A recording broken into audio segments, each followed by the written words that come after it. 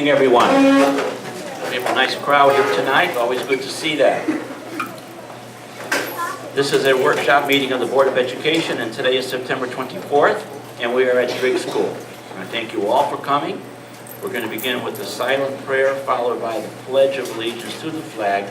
Tonight will be led by some students from, of course, Driggs School. Before I go any further, too, I just need to note that we will be adding a short executive session at the conclusion of tonight's, before we adjourn for tonight's meeting.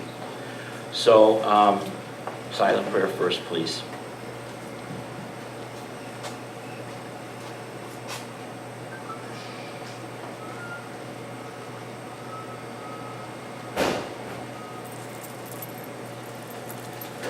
Mr. Clay and students.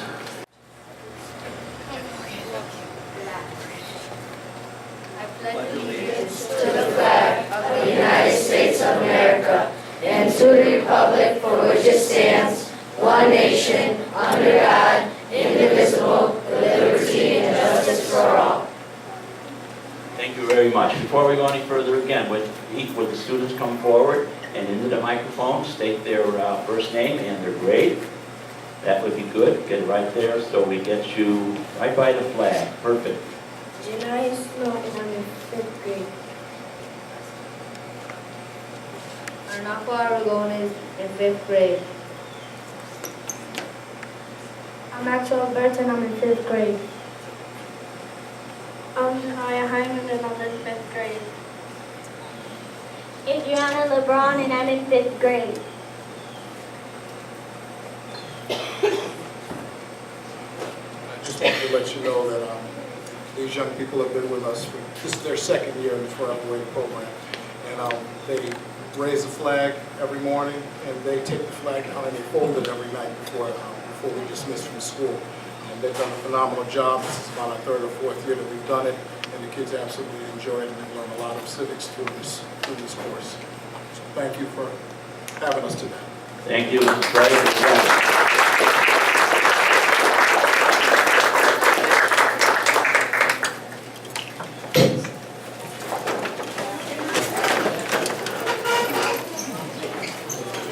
All right, the first item on the agenda is item number 1, the principal's report.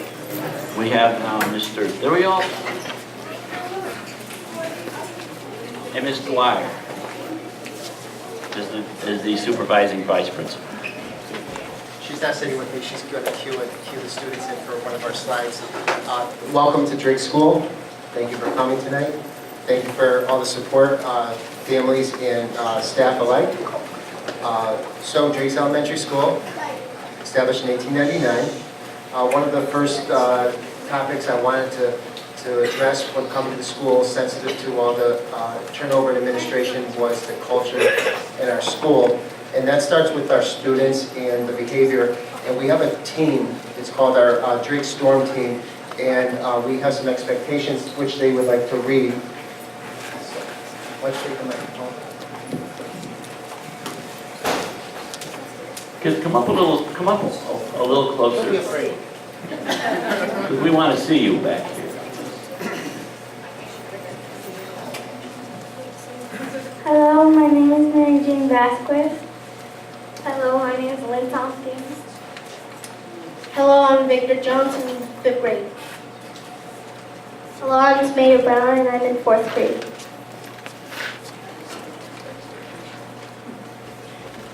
Welcome to Driggs. Hi everyone and welcome to the Board of Education meeting. I would like to say a few words of what being a STORM student is. It is a student that follows the rules and directions. Also, they take part in their job that they have. They are kind and respectful to others too. If you are chosen to be STORM, that means that you have showed that you are going to be a great STORM student, and you are a role model to other students. You are also an exemplary student, which is a great example to other students. STORM is a special team of role models. To be a STORM student, we must be a role model of good behavior and citizenship. To apply, we have to ask for a teacher recommendation and please submit a brief essay on What characteristics do you have that will make you a great STORM student? Why is it important to you to become a STORM student? Drake equals soar. S, safety first. O, exert the expectations. A, always be kind. R, respect yourself and others.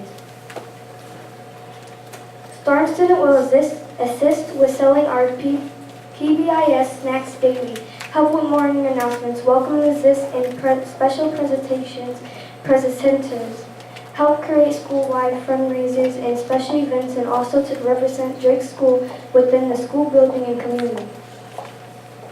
Class pledge. I pledge today to do my best in reading, math, and all the rest. I promise to obey the rules in my class and in my school. I respect myself and others too. I respect the best in all I do. I'm here to learn all I can, to try my best and be all I am.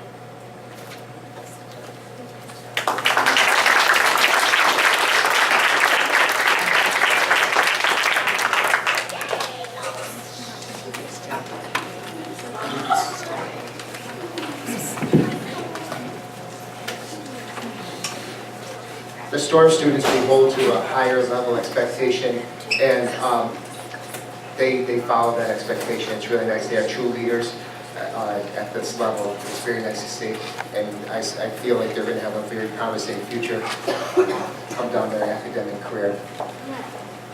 Okay, so our school mission, I'm not going to read the whole thing, but we have some big ideas that you'll see some highlights throughout the presentation.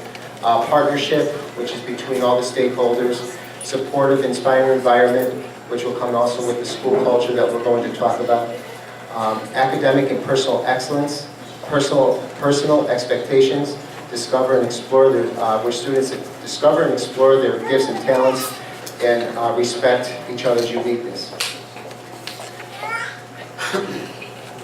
So as I stated before, Ms. Dwyer and I sat down and had a talk previous to last school year starting. We really wanted to focus on the culture of the school with all the turnover. So we did a lot of surveys, we did a lot of check-ins. And a couple of things that we're proud of is that 90% of the students who respond to the survey would recommend Drake's to a friend to come to Drake's. 70% of the students responded that they feel safe at Drake's. 67% of staff said that they would recommend a colleague to work at Drake's or already have. 85% of staff respond that they do not contemplate transferring when lateral positions are posted. And the one that we're most proud of is that at the beginning of the school year when we had our professional development, we have 100% staff retained from the previous school year. That's something that we're very proud of. And I'm very happy to have them back as well.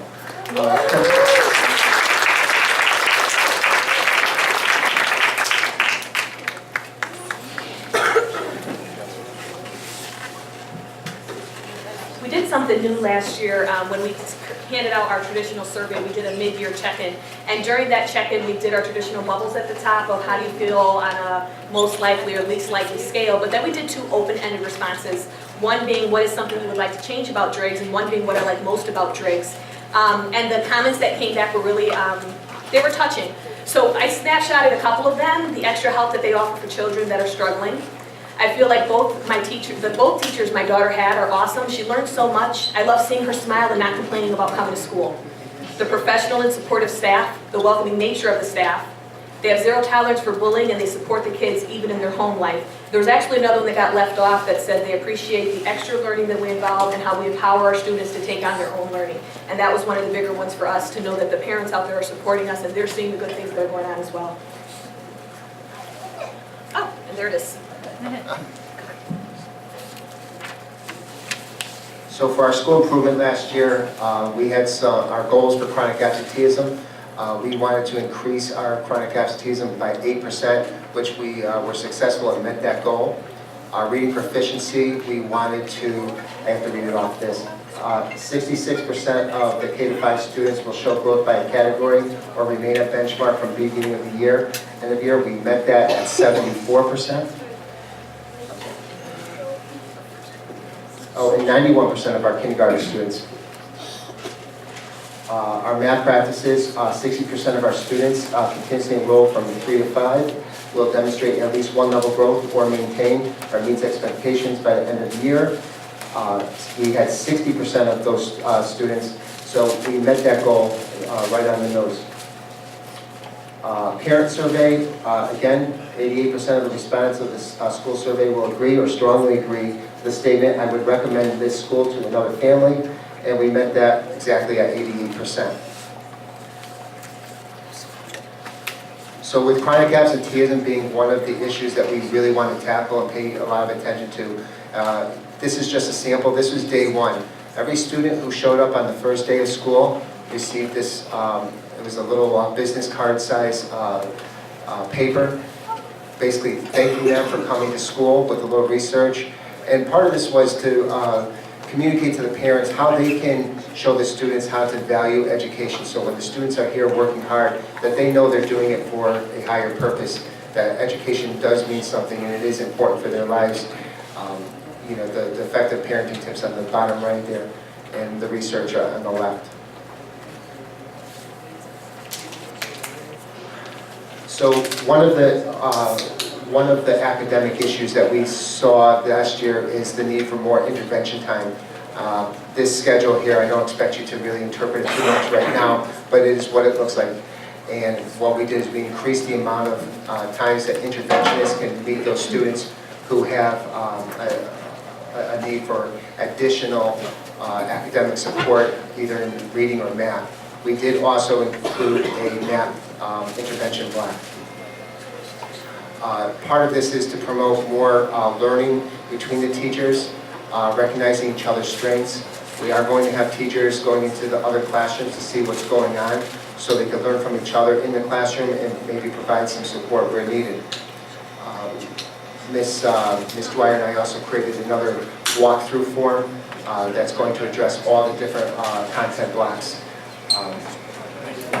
and collect data based on what we're looking for and what needs to be addressed and to continuously improve in the classrooms. The look for us.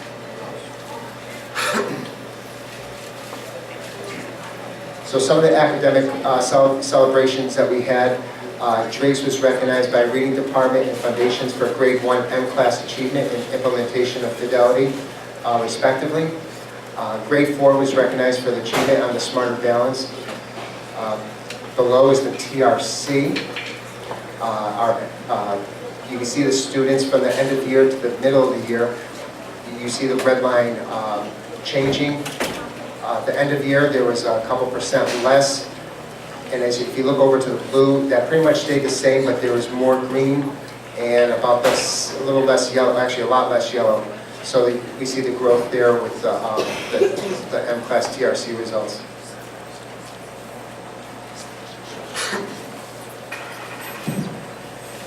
Our fourth goal was to increase school safety and positive climate.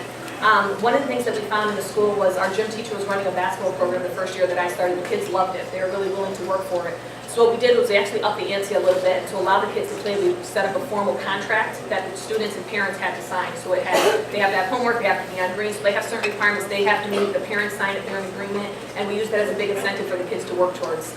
Storm is another incentive that we have. Level PBIS incentives, we do them daily, weekly, monthly, quarterly, and yearly. Another big thing we did last year is we met with our support staff weekly, and we tracked individual students' progress. So any student on check-in, check-out, or any student considered in Tier 3, we tracked all of their data, interventions, and how successful we were with each of them. And I felt that had a big impact on how they performed. New this year, we included blue behavior to our color chart, and it's to recognize outstanding students who are always doing the right thing. And then we have incentives rolled into blue students as well. Every student in the school is tracked on a monthly chart. We do electronic version. We spent some time making a nice Excel sheet, make it easier for the teachers to collect data so that we can analyze it more readily. And we have a big focus this year on choice and consequence. I really hope if I instill nothing else into the kids is to really appreciate the importance of their personal choices and the consequences that come with those choices, both positive and negative. This triangle chart displays the difference from the first year that I started, 13-14, into last year. So I'll walk you through just a little bit. The top layer of it is our Tier 3 students with 3+ referrals. Yellow layer would be students with 1 or 2 referrals. And the bottom layer would be green students who have no referrals at all. What's staggering to me more than the numbers is the percent decrease that we had. From one year to the next, our students with 3 or more referrals dropped by 5%. Our students with 1 or 2 referrals decreased by 4%. And what's even more impressive to me is our students with no referrals, who PBIS is working for on a Tier 1 position, increased by 9%. So we have more kids doing the right thing, less kids making poor choices, and when they do, the interventions are more effective so that they decrease from making those choices over and over again. Reflected in that is also our in-school and out-of-school suspension rates. From 13-14, yep, those numbers are correct. We had 583 days of suspension. It was a really rough year. We had a lot of aggressive behaviors. We had a tough time dealing with them. With all the interventions that we put in place and with working with students and families, we decreased that to 168. And the events went down from 324 to 138. So not only the number of days, but the type of behaviors that were happening were less aggressive, more manageable. We kept them in the classroom longer.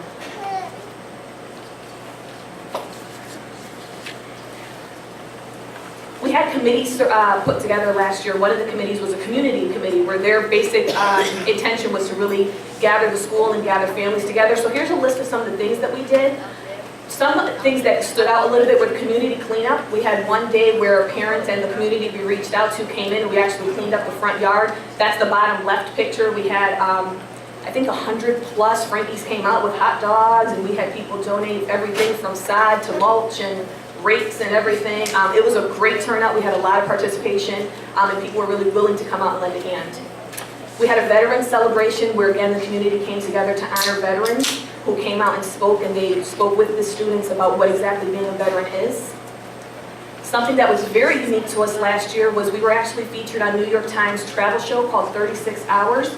Our librarian's daughter works with New York Times, and they run a show where they go into different parts of the world and show what can you eat, what can you do, and what's there to see within a 36-hour period. So they came and ran that with us. But we actually assembled a video crew of students, and the students worked with them throughout the day. They did the recording, they did the sound checks, they did the interviewing, so the students were trained on how to do that. That was exciting. The kids had an absolute ball, and they're going to be sending us the final edit of that when they're done. And that's in the upper right-hand corner with the red shirts. They even had special Drinks Audio Crew shirts made for them, and they enjoyed that tremendously. And then we had Career Day, where we had different vehicles come out into the playground, and we had different speakers come down and talk to the children about different careers that there are available to them, to show them kind of the array of things that they can get involved with. And that's the bottom right hand. That was our local fire department coming down to let them see the truck.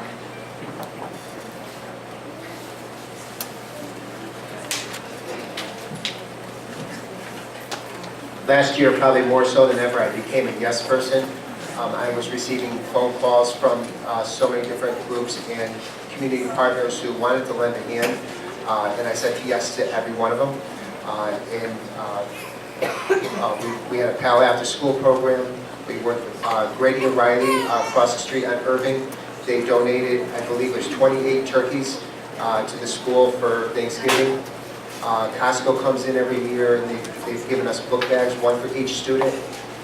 The Ron Alter Foundation, since we have so many students who walk to school, donated hats and mittens, as well as the Waterbury Spirit Club through the John Bale Bookstore. They also donated some warm weather, cold weather clothing to keep our students warm in those cold months, and last year we certainly needed it. Stay Well Health Clinic right behind us.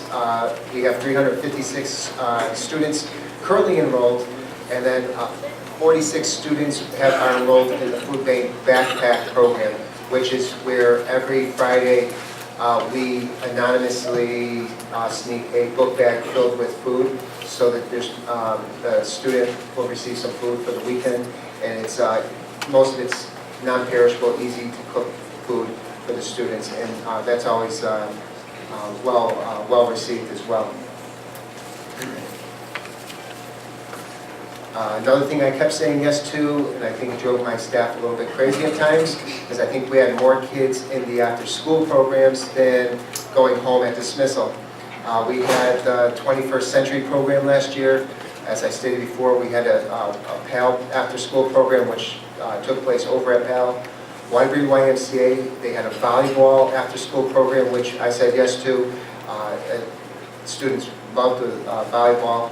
And then, of course, the ESH program from the Waterbury Public Schools and our local grants. And then we also had a tennis program which the kids were very excited about. Matter of fact, a lot of kids started coming in with tennis rackets, excited to play tennis in the afternoon with our coach. So it was exciting because a lot of these students really loved being here at school, even well beyond the hours which they are required to. I thought with the big picture that our mission has, I thought this quote from Martin Luther King was fitting. The function of education is to teach one to think intensely and to think critically. Intelligence plus character, that is the goal of true education. And that's the one thing that we're trying to promote, is proper management of relationships and talking to each other through problems and not just ignoring each other and staying away from each other when there's a problem, but actually working it out and having trust in each other, that issues can be resolved when you communicate appropriately. With that, if there's any questions, you'd be more than happy to. Thank you, Mr. Studio. Before we go to questions, I want you to introduce your staff if they're here. Just have them wave. Wave, everyone.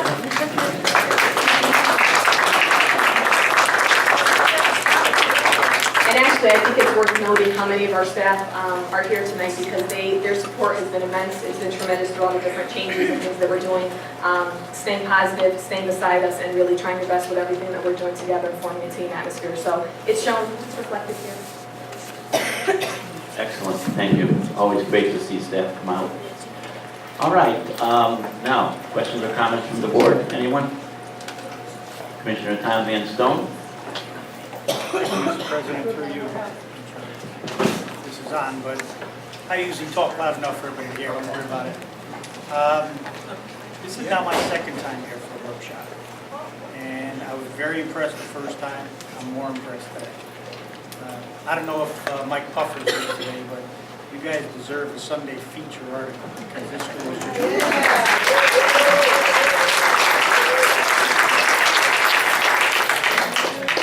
I took a look at your webpage before coming here this week. And the first thing that impressed me was you have, I don't know what they call it, I'm too old, a pull down, a click, or whatever it is, on protocol for the American flag. And I couldn't believe it. I actually will ask Dr. Reda if that could actually go on everyone's website. That was very impressive. I also saw you bring in veterans. We celebrate a lot of things in our schools, but I think sometimes we forget to celebrate America. So I really do appreciate the fact that you guys do that. Then I hear that you have math intervention. And those that follow us on the Board of Education know that that is one of my biggest things, okay, that we need to, we do what we have to do with English language arts, but math is something we really need to attack because coming out of the grade schools, we're really suffering at the secondary education. So I really appreciate that you guys are focusing on that. All the after-school programs you have, outside of Commissioner Watt and Mrs. Kunkus back there, they know how much I love basketball. So to offer a program like that is great also. It can't all be about education. Sometimes just having an activity like that is fantastic also. The crowd here tonight is fantastic. One of your neighbors charged me $20 to park on their front lawn. So I really appreciate what you're doing here. And I'm not kidding about Mike Puffer. I think if he's not here tonight, he's going to get a phone call from me. What you're doing here is fantastic. That survey you took tells the story. That's impressive, because sometimes people use surveys to only complain. All right, so to come out of it with numbers like that is really fantastic. You should be commended. So I thank you for what you're doing. And when people talk about the Waterbury education system, you know what? We're not all bad. We have a lot of good. So thank you very much. Thank you, Mr. President. Thank you, Commissioner. Anyone else? Any comments? Vice President Harvey. Thank you. Thank you. Can you hear me now? Thank you very much. All right. Where's Mr. Clay?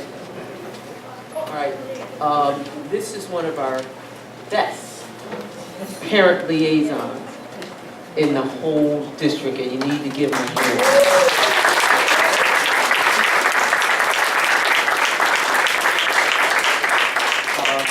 I too am impressed. Driggs School for me, holds, there's a lot of history here. And I think you guys are doing a really good job. I wanted to go back to that slide, or maybe you could just talk about it, what you did in terms of suspensions, and you kind of went through it a little quick. You started out with in 2013 with, you said 324 suspensions, and you reduced that. Could you talk a little bit more about that and how you did that, what you did to reduce that? It was please? actually, the blue bars are the days, the red bars are the events. So to me, the red bars actually stand out more. Okay. The red bars, they decreased by a little bit less than 200.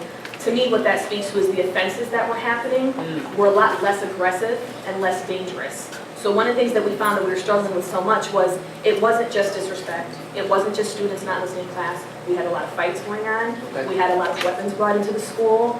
And that hurt us because we didn't know how to recoup from a lot of those fights and a lot of very angry students. And Right. that was hard to manage. One of the things we did was we really upped our family intervention, hooking up families with Wellmore, ICAPS, Family Children Aid. There's another one down here, Catholic Charities we worked with. Our social worker, is there someone? Say hi. Home visits to go in and work with families. Who is your social worker? Okay. All right. And where's Miss? We might as well recognize them. I mean, they're here. You might Miss as well, Rutherford. yes. All right. And Mr. Clay. I mean, literally reaching out to families, going down, filling out developmental history, seeing what we could do. We upped the amount of 504s that we had, students with crisis plans, students with FBAs. I mean, you name it, I feel like we've done it. We joke around that we no longer think outside the box, we just redefine the box. Okay. So that everything that you can think of, we're trying to dip our hands to it. I think one of the most successful interventions we did was a weekly meeting, like I was saying, where you literally look at every single student. We tried check in, check out, what are the numbers like, how's it working, where are they having a tough time? All right, it's recess, what can we do for recess? Let's try an alternate one. Let's check back next week, see how that's going. Sometimes we spend up to 2 hours in those discussions involving family members with what's going on in the home life, talking to the teachers, what's going on in the classroom, where are their academic weaknesses, getting tighter on our EIP and SRBI process for behaviors as well as academics helped out as well. So I can't say that any one thing helped, Yeah. but I can say that we tried a whole lot, and a lot of things helped. Okay. I would think, Dr. Willett, that we would start to look at what's happening individually in these schools. Each school has its own personality, and we know that. But when we look at trying to reduce this, I think we would try to take what, suggestions from what has been done and been successful in one school and see if we can apply it.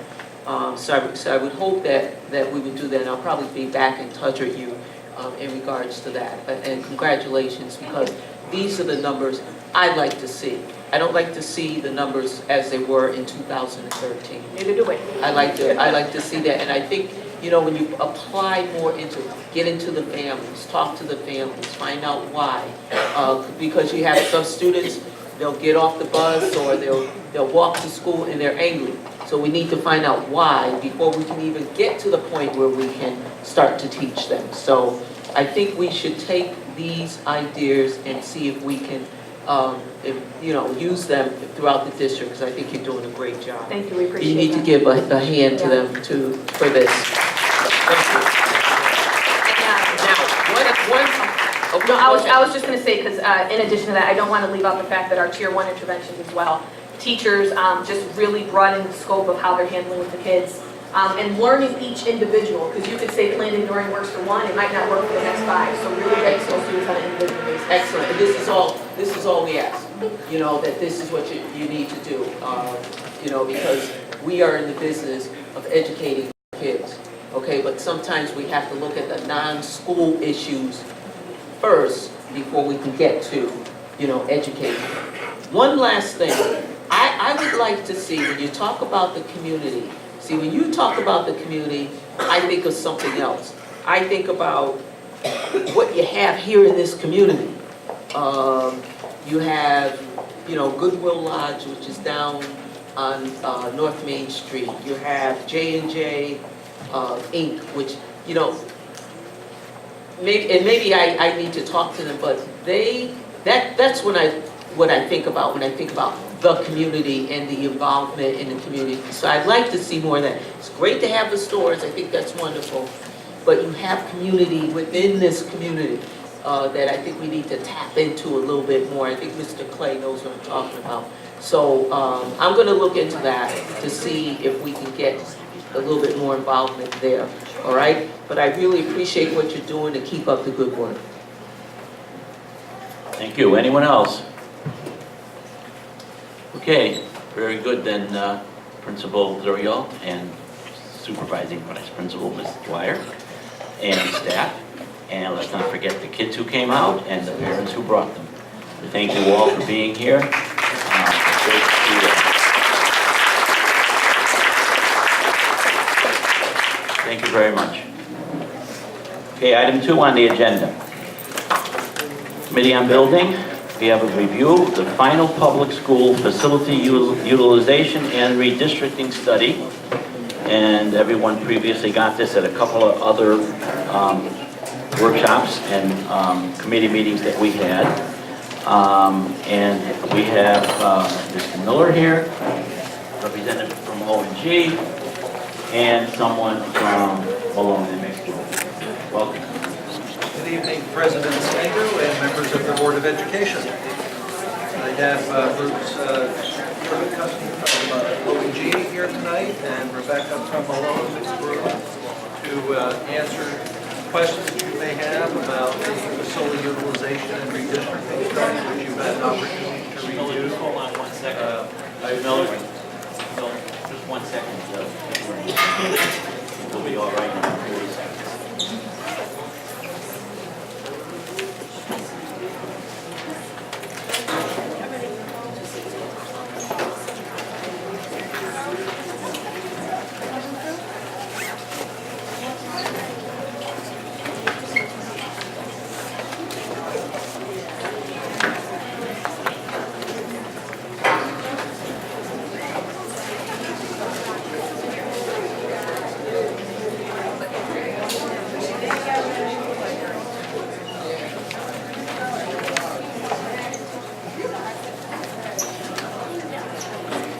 Okay, I think we're good. I believe you all have received a copy of the study in all its glory. I would like to draw your attention to the timeline that was included in your backup materials for tonight. With any school construction project, whether you actually ever end up building it or not, you still have to follow through all these steps, and in order to make the June 30 deadline for submission of the project to the Department of Education's facilities, you need to complete all these steps early enough in June to get the paperwork filed, and that is the EDO 49, which is just puts the project on file with all its inherent pieces, the education specification, your funding authorization, your authority to go out and proceed on with the project and assign us a project number. So it's important that we keep this in our view throughout this process to meet these deadlines, because they can be very critical in meeting, getting things done on time so that we stay on schedule. I would invite you at this point, I think, any questions that you have at this point, and either Rebecca Auger or Bruce from ONG are here to respond to any additional information that you may want. Obviously, what we're hoping to get from you tonight is to move forward with approval to proceed down this timeline. Okay, Mr. Miller, thank you. Questions from Commissioner Brown? Yes, good evening. I just had a question. At what point do we decide on which options or to move forward? Wouldn't we have to decide on what we're doing first? So we haven't really decided, as far as I know, what options and what configurations we're doing. So as far as our timeline, when do we need to discuss it and to come up to a consensus on how we want to move forward. That would be the approval of the education specification, what it is you want to build, what you want the building to include and support, and that's what you give to the architect to hopefully design that building. You have in the past used a fairly set education specification, and the material is here. And I it's, think the question is that the Commissioner, maybe I can, please. I think she's probably asking the options that to be really flushed out thoroughly and having a thorough discussion between the options.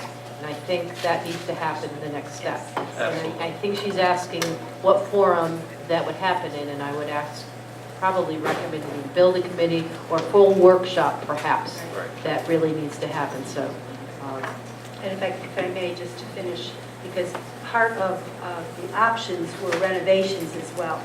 And in the timeline here, it looks like this is just for, so my question is, does this timeline refer to if we're renovating a school, we looked at Wendell Cross, we looked at Kingsbury, we looked at other options. Does this timeline hold for that as well? Yeah, this would be for for whatever option you choose, which Okay. includes building new, also renovation and addition. Each of those projects would have an 049 submitted for that each individual project. So you basically want to follow whatever option you ultimately decide upon. That will proceed from there to develop the project. What's the square footage? What is it where you are going to do? The 049 lists all the various options, the code updates, all those kinds of different things that you're going to achieve, how much additional, what addition, obviously on new construction, what the total square footage is and what that's going to include by the number of classrooms and other facilities on the ones you're renovating. Again, what portion of the school are you going to renovate or add on to? So that all gets defined within that 049 project plan that gets submitted to the Department of Education.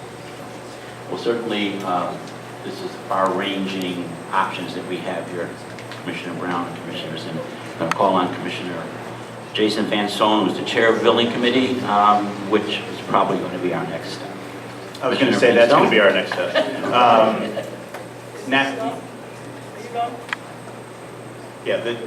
To Commissioner Brown's, I think, question, this will go back to the building committee now. We will decide what is the next step. And I think that's where this timeline picks up. Between now and at least this date on paper of 11/19/15, the school building committee will come forward with its recommendation, and that will allow all the next bullet points to proceed. What that recommendation coming out of building committee is, I don't know if any of us know that yet. So there'll be a lot of work done before really this timeline even begins on behalf of the school building committee, which, as is always the case, all board members are more than welcome to. But that's the next step. Now that we have our options in front of us, it's for us to decide with consultation of the architects and Gary and Paul and superintendent where we go from here. So I think while it's not reflected on this timeline, that is in fact the next step. Commissioner Awad. My concern is adopting this timeline boxing us into the November 19th decision date, because maybe we're not ready to decide by the 19th of November. And I would caution us against approving a timeline that puts us with a deadline. I mean, we should move at the pace that we're comfortable with, not rush to judgment to meet a November 19th filing, a timetable. Maybe I'm misunderstanding the timetable. I think that the timeline is flexible. I mean, that's just to keep us on track. But certainly, we have to start as soon as we can. Commissioner Tom Van Stone? Thank you, Mr. President, through you. That's why my suggestion would actually be the timeline is not dates as much as it is duration. And I get it that we could miss the boat on certain dates. If we don't react this year, it automatically may turn into next year. And I understand that as we've gone through the process. I would also, as we go through the meetings, and maybe this will come to the surface, I certainly was probably one of the bigger proponents, along with others, of going forward with the new school. We certainly heard from others that other folks had different ideas. So this is a long way probably from our final decision, as we saw the last time around. I also would like to, as I get through this, also would like to see us possibly even consider maybe going by a menu. Maybe necessarily not option A, B, or C, maybe some combination of. Because I know that is before us, and I'm sure that's how we would like to look at it. And I understand your task before you, and you gave us what we asked, so that wasn't a criticism at all. There is a lot here to take in, and I think the timeline is just what I said. It should be duration if we could, as opposed to actual dates. I understand why you did the way you did, but I think it would behoove all of us if we change that to duration. And maybe even highlight certain milestones, if you would, that says, if you don't meet this, and maybe that is a real date, then the consequences of not meeting that are this. And that's how I would like to see this put together. I think that would help us make our choices, and maybe it does come to a point where Buxton, it may just come to that. Because, like I said, I think we need durations, but real milestones, and we need your help with putting that together for us. So, thank you. Thank you, Mr. President. Commissioner McEntee. Okay, my question is on the timeline. I don't see anything for a public hearing until May 23rd, which is more than 6 months into the process. Site selection is going to occur in December to February. Is there an opportunity to hear from the public sooner than that? Once we've selected the sites, rather than wait till the end of May before we hear what the public has to, what their opinions are on our site selections. Is there a chance to hear from them formally sooner than that? Typically, you would have public hearings along the way, whether you do them at your building committee meeting, which is open to the public, or whether you do them at your workshops. Your board normally would want to schedule them separately because they can be quite lengthy. Certainly, in the past, Gary, we can certainly schedule those ahead of time as well. We can certainly schedule those, if need be, a public hearing as well. Yeah, something more formal than just coming down to a Board of Ed meeting and signing up to speak. Absolutely. That's certainly within this framework. Absolutely. Historically speaking, we have done that. Right, that's why I asked. It's not on the list. Commissioner Sweeney. The Board of Aldermen meeting, public hearing that's listed here as a requirement under charter for projects of what would be considered this size. So that was noted there because it's a requirement. We certainly, on all our projects, have had appropriate public hearings in terms of site acquisition or planning for a new school. We had several of those over the course of the construction program to show the public where we're at and where we're going. So those are not unusual. I got a remark on this timeline. Having done these projects, through Reed and Carrington and Gilmartin, time slips away if you don't have some dates to benchmark. And the filing of the EDO 49s is not a date that you can move. You can move everything in between there, and these dates can be flexible in terms of making sure that we get things done. But if we're going to be serious about filing to have this date help support us with the cost of the project, that EDO 49 has got to be filed on time, and it's an extensive filing.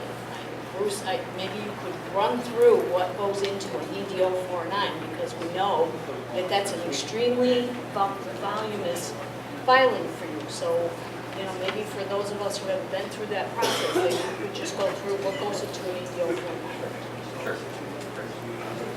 Sure. So, if you look at the schedule, first of all, it's a proposed schedule. Flexible, with about a month's play at the very end to get the EDO 49 submitted, or several 49, depending on what the decision is of the Board of Ed and ultimately the city. An EDO 49 consists of not only the state form that requires very specific information related to the number of students in the area and the size of the school you're going to build, it also asks a lot of questions about what you're going to put in the school and the type of school you're going to build. It also requires a very detailed cost estimate. In the past, we've been able to get away with very simplified cost estimate based on building type, building area, and knowledge of what the industry is experiencing for cost estimates and actual bidding conditions. Now the state requires a very detailed format called a uniform format, where it takes time to figure out, okay, once you have a site, you have to know some of the parameters of the site. We're going to be doing a lot of guesswork, whether it's OMP or whoever's putting the estimate together is going to be looking at the site, similar to what we did on the East End School previously.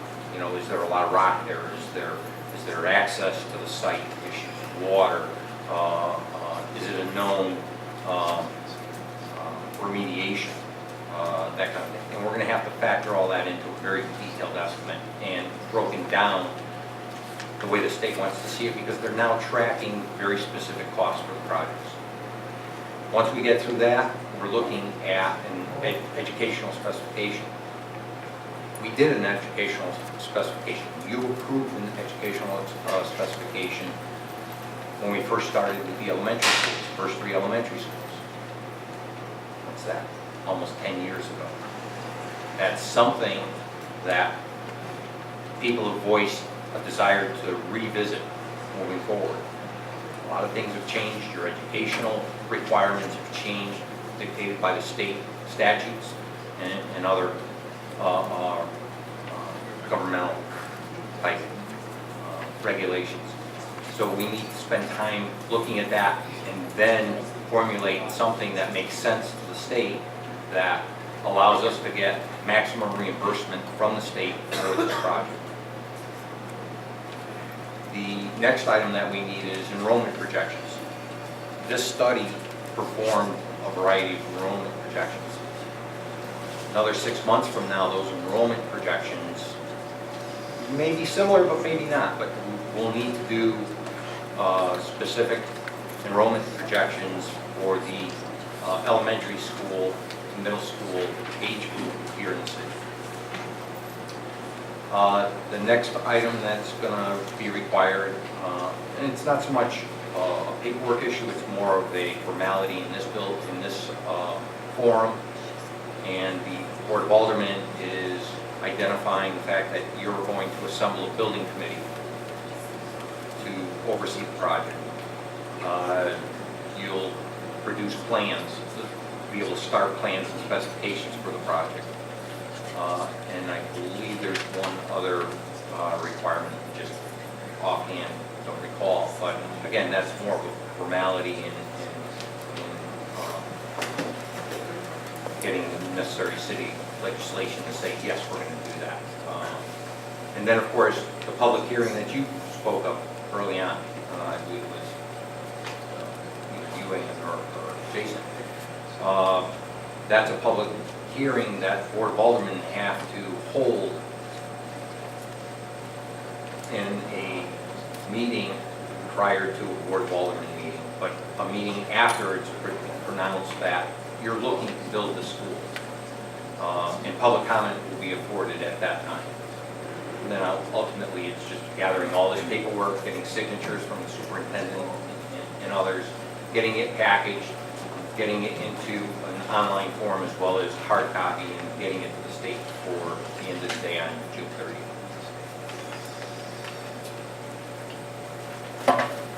Vice President Harvey? Yes. So, first, we have to decide what we're going to do. So all this discussion is new if we decide no. So it seems to me, I appreciate this information. but it seems to me that the next step is to send it to the building committee, and so that we can discuss this. I believe that we'll have to probably be a vote as to whether or not we want a new school or not. And then from there, we will proceed. I'm assuming that's, okay.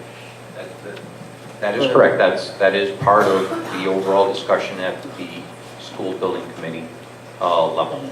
That is correct. Thank you. And I do want to say that when we get into that level of discussion, we will definitely have Malone and McBroom sitting in with us. Obviously, they performed a great study, gave you a lot of information. Everybody's going to have comment on one alternative or another, and at the end of the day, you're right. It may be something you move forward with this year, maybe something later on. That's purely up for discussion over the next several months. Thank you. I do want to say that as you look at take the tasks out of the dates out of the equation, just look at the tasks at hand. And you can imagine that in some cases, like developing the ed spec, whether we have a project to move forward with or not, I think ultimately you're looking at a pre-K through 8 school. There's nothing that stops us from looking at that ed spec in advance. So while this follows a specific task in order, task order, some of these items can be moved around accordingly. But ultimately, a decision, selecting a site, finding a site, that's a discussion unto itself. Making a recommendation for let's move on that site. It's the time to put a detailed budget together. Most of you were here when we did the East End School budget. The process is different today because of the requirements at OSI. And then getting through the natural approval process. Commissioner Tom Van Stone. Thank you, Mr. President, through you. So Bruce, I just want to make sure I'm hearing correctly. The timeline is the timeline, but it is not dependent on any one conclusion. So every bullet point. Not to every bullet point. I'd be able to tell you that once you have a recommendation on what to move forward with, and if it's new schools, the next step is definitely finding a site, coming up with that selection. After that, giving it to your program manager to develop the specific budget. That unto itself is a discussion. So there's discussions, detailed discussions with the building committee board that along the way. Would you be able to spike out for us then the bullets that are there? Critical path. A critical path would be even better. Correct. But anything that is regardless of conclusion, like what you just explained to us. Okay, and I thought that's what I was hearing from you, so I just want to get a better explanation. So if you can help us with that as well. Definitely. You know, bullet 1, 8, whatever, Sure. right? Has to be done no matter what our decision is, other than no decision, of course. But some decision is obviously going to need to be made based on the numbers we're seeing. And what that is, I think we still need to talk about. We all have our own opinions. There's 120,000 opinions in the city of Waterbury for what to do in this case. So if that would really help us, if you could just spike out for us. And I think this is really, a critical path is perfect, because it can show you where you can slide on things and where you can't. So that's absolutely perfect if there is a way to do that for us. Thank you. Thank you, Mr. President. Anything else? Commissioner Sweeney? I have a question for the Malone and McBroom consultant. One of the things that we found over the construction of the pre-K that we currently have is that there's an issue with the funnel. So when we do pre-K and K classes, they're capped at 18, correct? They're capped at 18. Two per grade level.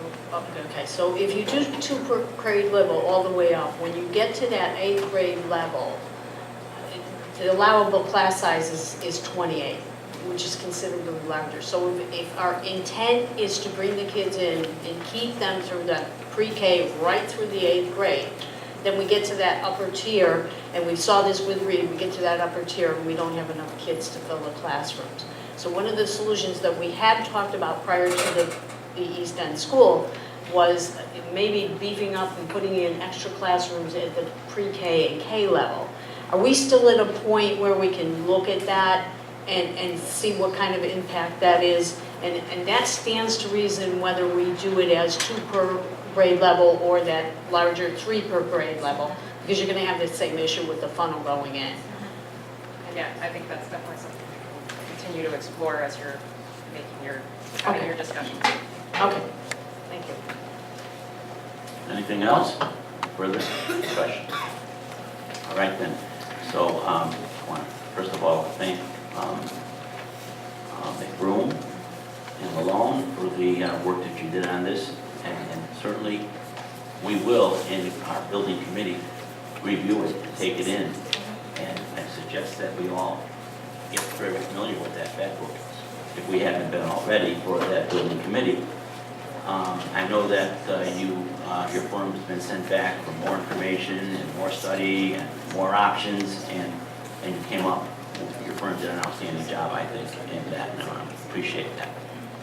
And Bruce from O&G, we always rely on your input, and we'll continue to do so on this building committee part. And of course, Mr. Miller, hitting the ground running. That's what you have to do. All right. Thank you very much. They're all much easier after this one.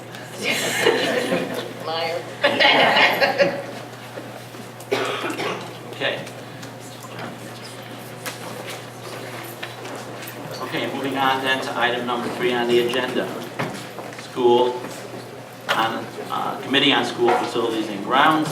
Request approval of contract with Turco Golf Incorporated for Crosby High School athletic field improvements, and it's funded by the Capital Improvement Bond. Mr. Cross, and O&G, and Mr. Mills. Yes, good afternoon. This is the proposed contract for the Crosby athletic field track that we've been working on. It was somewhat successful. We did have a post-bid meeting with Truco. That went extremely well. So I'm looking forward to moving forward with this project. Very excited about it.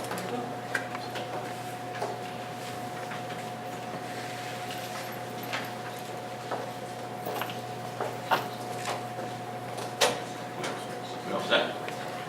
Okay. Oh, I know. I just want to make sure they were all set for the questions. Okay, Commissioner McEntee, question. Thank you, Mr. President. Can you tell me what the annual maintenance cost would be versus a natural field? Yeah, the difference between a natural versus a artificial turf. In the short run, the artificial turf is quite a bit lower. It might be somewhere in the neighborhood of $5,000 to $6,000, where a natural turf might be somewhere maybe $10,000. But over a long period of time, after about 10, 12 years down the road, the synthetic turf the maintenance starts to go up. So when you balance it all out, they're actually fairly close, either one, and we did consider that both ways. In this proposal, there is some equipment that comes with it, a sweeper that maintains it.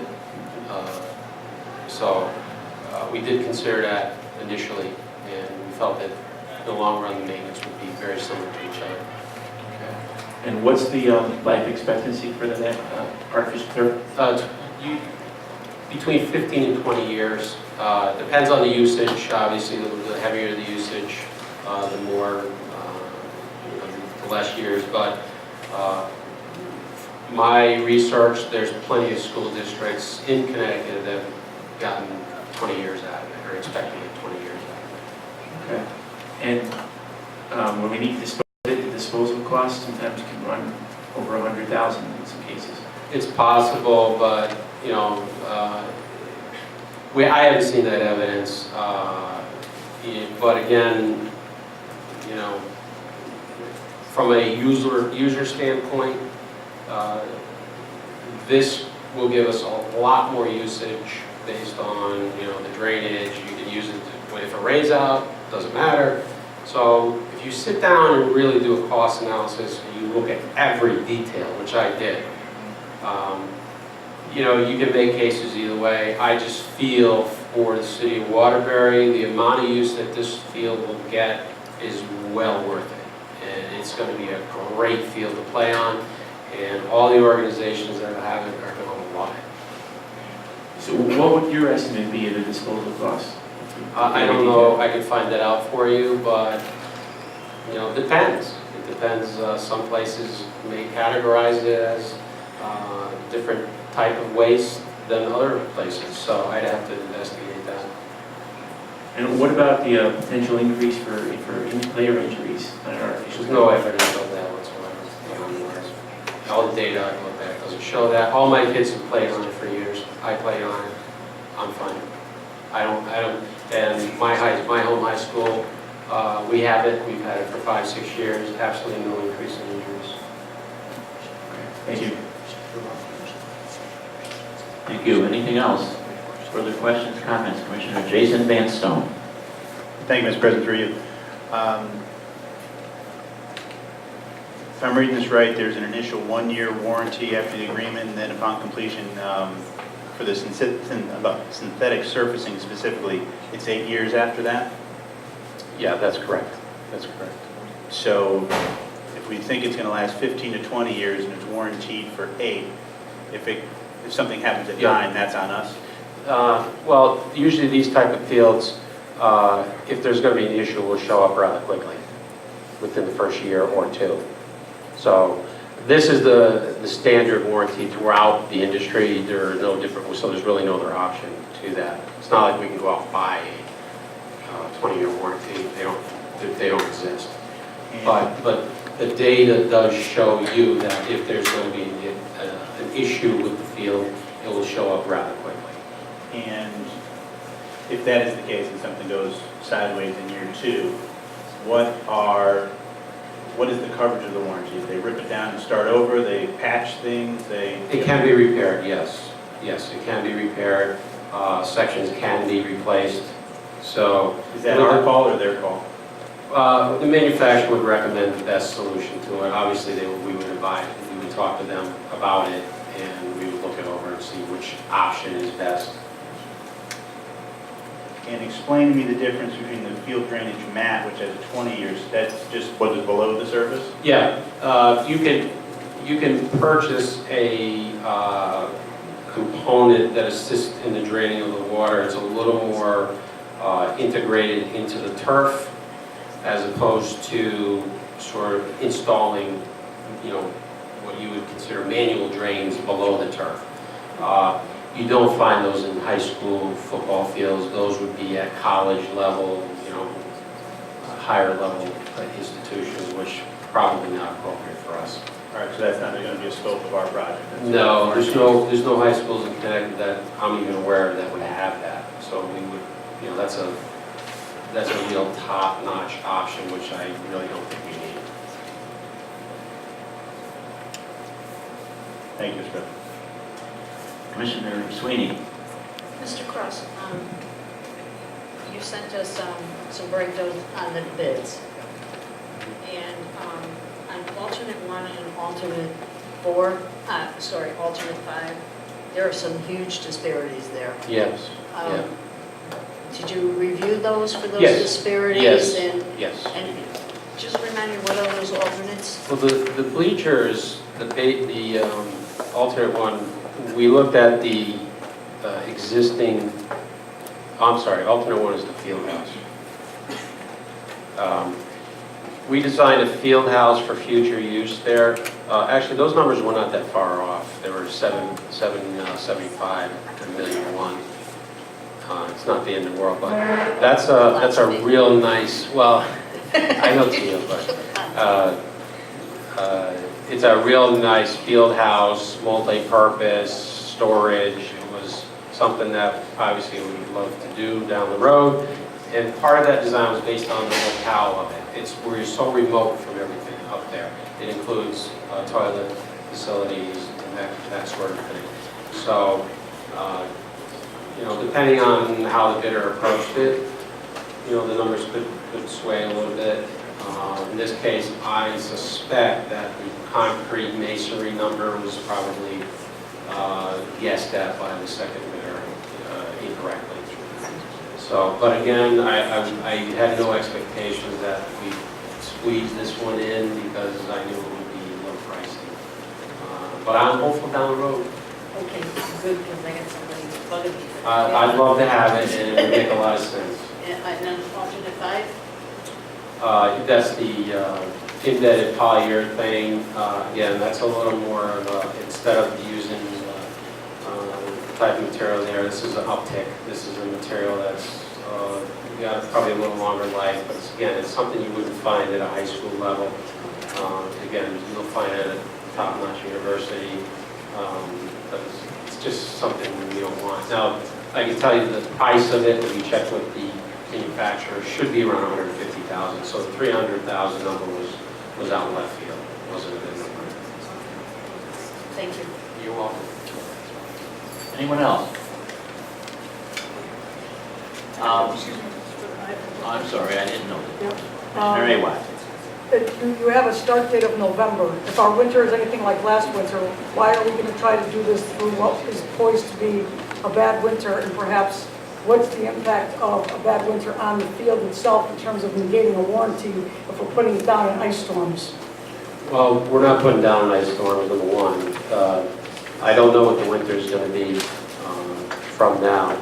So November, traditionally construction, it's variable. It can be cold, it can be okay to construct. The items we would be working on during that period would be subgrade and below. It would not be the field itself. The field itself would not be installed until springtime. And if we didn't really get any work in the wintertime, it's okay. It's a bonus to us. Come springtime, we still have plenty of time to finish it. Right, because I noticed the end date of the contract is July 31st of next year. Yeah, we still have time to finish it. So the other question I have is, and I know you've made reference to what we need and don't need versus a high school versus university, but we're talking about an area that has a propensity to flood, not drain right. So are we getting the best drainage to ensure the livelihood of the field itself? Yes, yeah. In fact, we spent quite a bit of time on that discussion. I'm aware of the field. As you know, I spent a lot of time up there. I actually stripped it a year and a half ago, regraded it. So I'm very familiar with the drainage issues up there. The good news is we actually have elevation working for us, so we believe, based on the design, that the drainage that we proposed to put in there is going to do a really nice job. Thank you. You're welcome. Now anyone else? Very well, and thank you very much. Okay, moving on now to item number 4 on the agenda, Committee on Finance requests approval of Amendment 1 to the contract with College Board for Readiness System Solutions Agreement. And this is funded by the Alliance Grant, and it's aligned with the Blueprint for Change Goal 4, Objective 1, and we have Mr. Walston.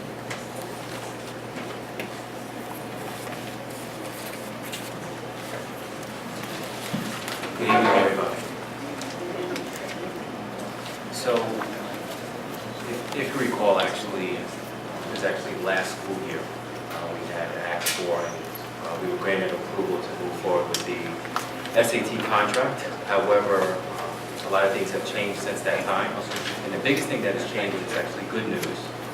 The state has been in contracts with College Board to pay for 8-9 PSAT. And so the city wanted to make sure with this pending agreement with the state that we were not going to be obligated to pay for the PSATs grade 8-9. So what we've done is establish an amendment with College Board at a savings of about $9,000. So essentially I'm asking for approval with this new amendment to move forward with the revised contract. Mr. Walston. Questions from Mr. Walston? Commissioner Brown?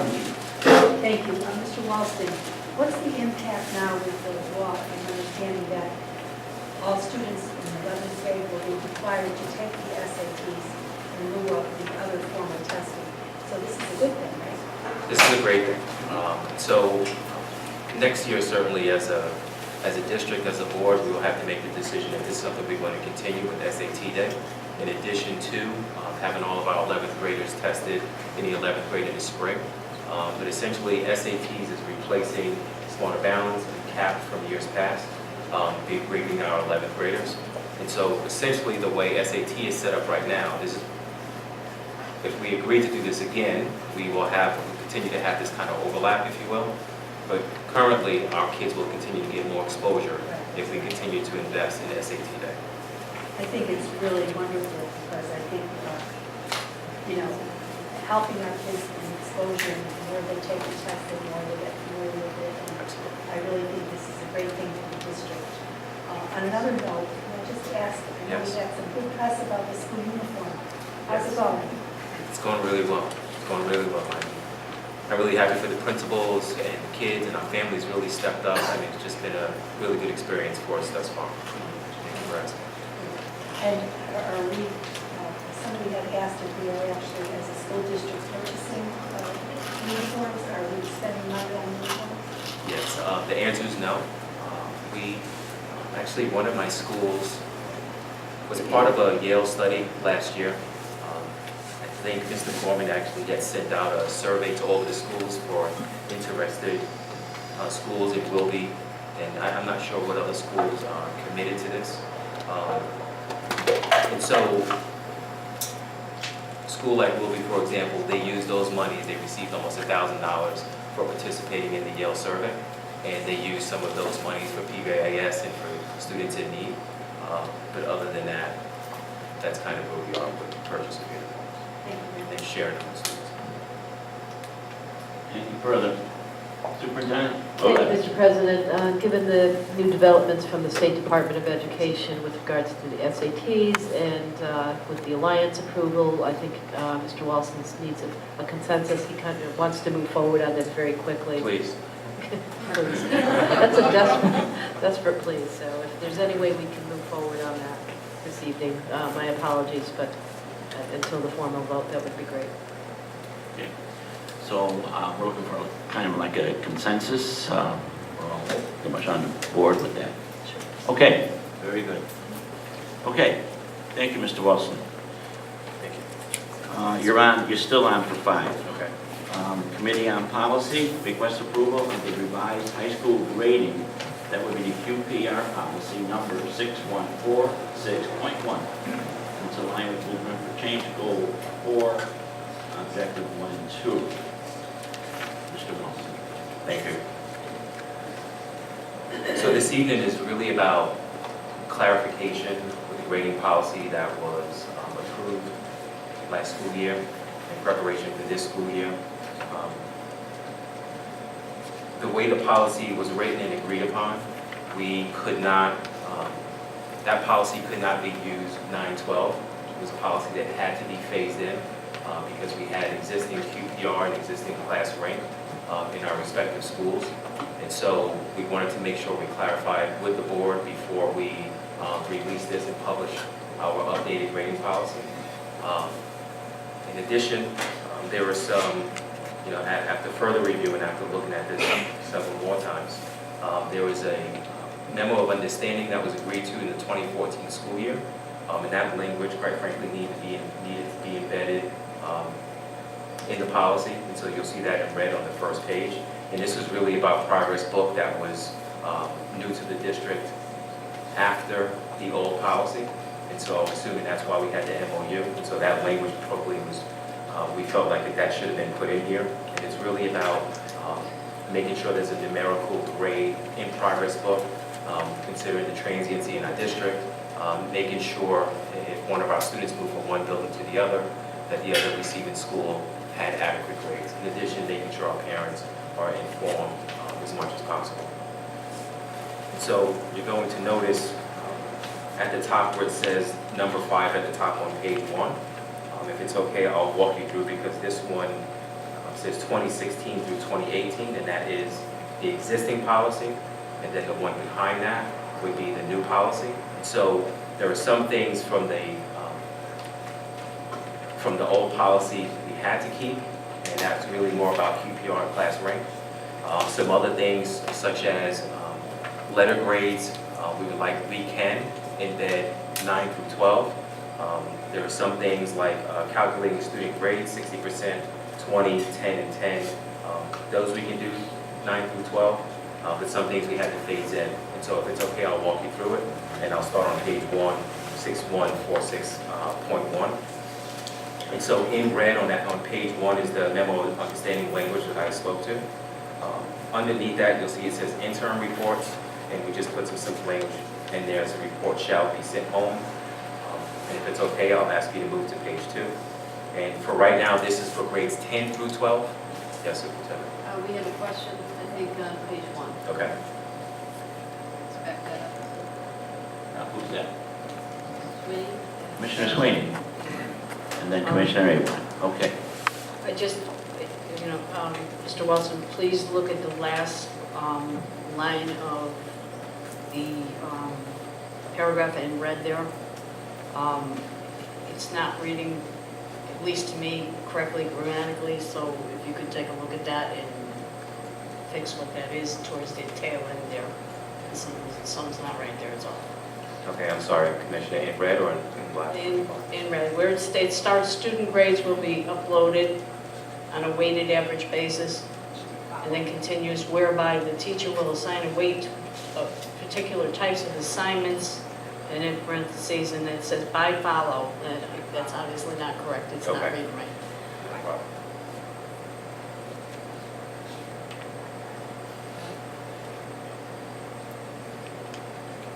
Is that it, Commissioner? Yep. Okay, Commissioner Awad. I'll bring your attention to the first sentence. All teachers shall develop and maintain a numerical grade for students. And apparently there's going to be a period at that point. This is becoming increasingly necessary when students transfer from one school to another in the middle of a semester and don't have grades. I think you need to fix that sentence because it ties back to on a weekly or bi-weekly basis that you struck. It makes no sense. Follow me? Teachers shall develop and maintain a numerical grade for all students. This is becoming increasingly necessary. This is mandated.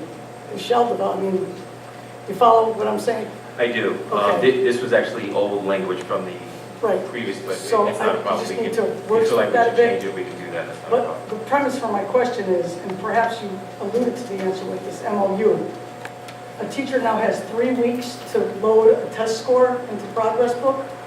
How would a parent follow a student's progress if every 3 weeks, you gotta wait 3 weeks to find out what your kid got on a score, when there's only 10 or 12 weeks in a marking period? You're effectively reducing the opportunity for an intervention by a parent if you're giving a teacher 3 weeks. Is this by contract? This is negotiated. It was negotiated. MOU, yes. Did we lose on that one? I'm done, thank you. Commissioner Thompson. Superintendent. Yeah, I'm going to yield the floor to Commissioner Vanstone, and then I'm going to make some remarks. Thank you, Mr. President. Thank you, Dr. Litt. I actually, and you kind of just answered, I was curious who the parties were in the MOU that you were referring to. It's teachers, central office, anyone else? Where's the MOU falling? I'm sorry, Commissioner. Who are the parties in the MOU? The parties as... Obviously, it sounds like the WTA. Yes, absolutely. In the district, absolutely. The other thing I was curious about, and I think we actually talked about this when this was coming before us in the past, the individual teacher will pick the weight for any particular type of assignment. The teacher, we're not dictating is a bad word, but we're not saying firmly, this is weighted this way, this is weighted that way. Yes, yes it is. And so if you look at the top where it says calculating student grades, the grades actually broken down in that Okay, fashion. because then the paragraph contradicts. Okay, Because it says, whereby the teacher will assign a weight to particular types of assignments. Example, homework, quizzes, tests. I'm sorry, Commissioner. It's in red. It's in red saying that Okay. the teacher will pick the weight of each. That's the average basis.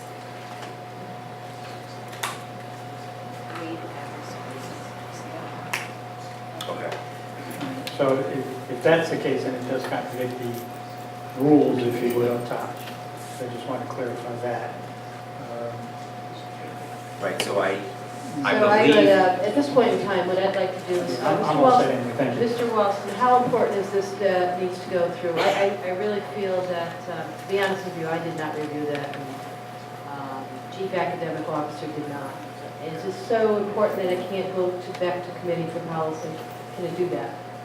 How urgent is this? It's urgent, it needs to be out so teachers can see it, and it's, currently, the new policy is not published right now.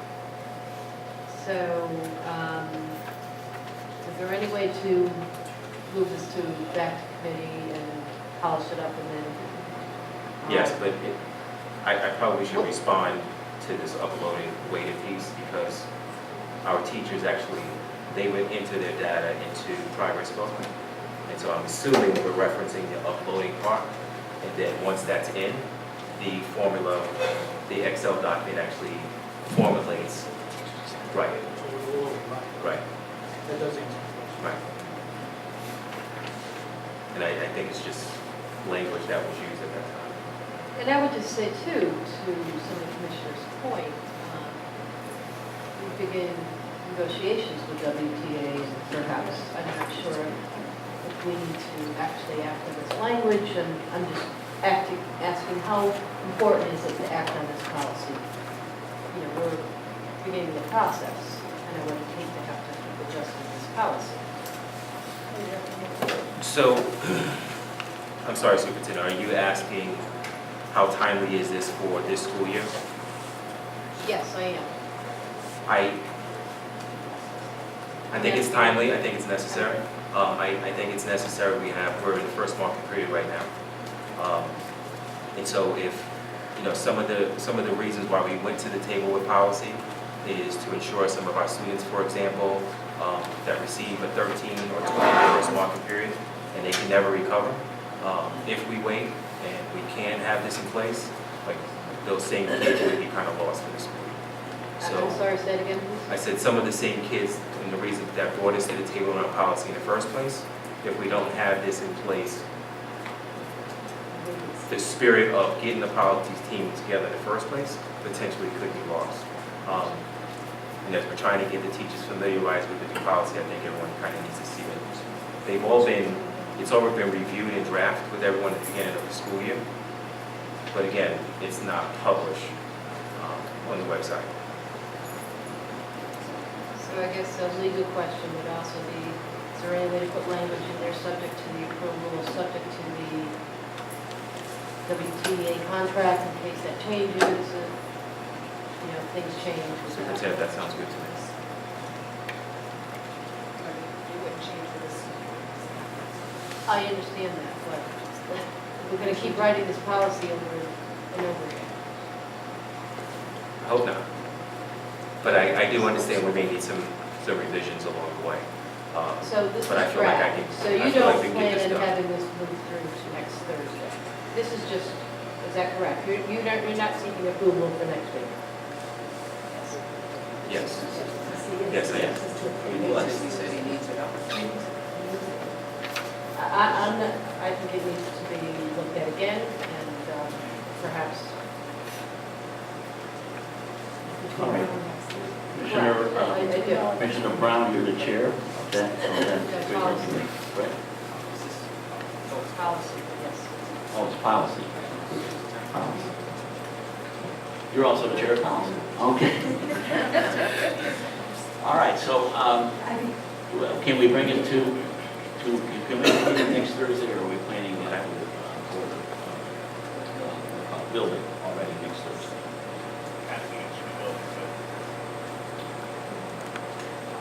You know what? We can figure out schedule. We can. Let's pull it. I would advise that. Okay. Take another And look at this. just for clarification, I think the weekly grading and the input to the progress report, it seems to me that's the issue that was raised here, the timeliness of, I don't think, can I get the impression that we're not really looking at the grading is okay, the weighting is okay, let's see. input to the progress report? But apparently it was negotiated. Apparently it's negotiated in an MOU, and we don't have a choice. Well, we can always renegotiate an MOU if the parties are willing, that's what I'm saying. So if the parties are willing, I think is that the issue we want to address? The input of the progress report on a more timely basis, instead of every 3 weeks. Okay, we could look at that. Okay, well, I think we need to, because I get the sense from Mr. Wilson that this is important to get this in line. Okay. Get it in place. And so if it takes another committee meeting to iron it out, then we'll do that. Commissioner Sweeney and then Commissioner Tomlinson. Yeah, I'm hoping that we're going to continue the discussion here because I have concerns on the next page, on the extracurricular activities. This board fought long and hard to have that GPA for participation in sports raised to 2.0, and now you're rolling it back to 1.67. Yeah, I think it's appropriate that we speak to it so you can I think it's understand. not appropriate. No, he said it's appropriate. Yes, speak to it. Okay. So if it's okay, I'll clarify. Yeah, I mean, because we're dropping the grade point average to a C minus, which is, on the chart is a 70. And I understand that. But the big contention was a 2.0 GPA to give student athletes a better chance at college admission. And now we're rolling that back to a 1.67. If we're going to move the grade of C to 73 plus, then we need to move our student athletes to a 73 for that 2.0 GPA to give them a better shot at college. And this particular paragraph doesn't just impact our student athletes, because we require this same level of participation and the same 2.0 GPA for any extracurricular activities.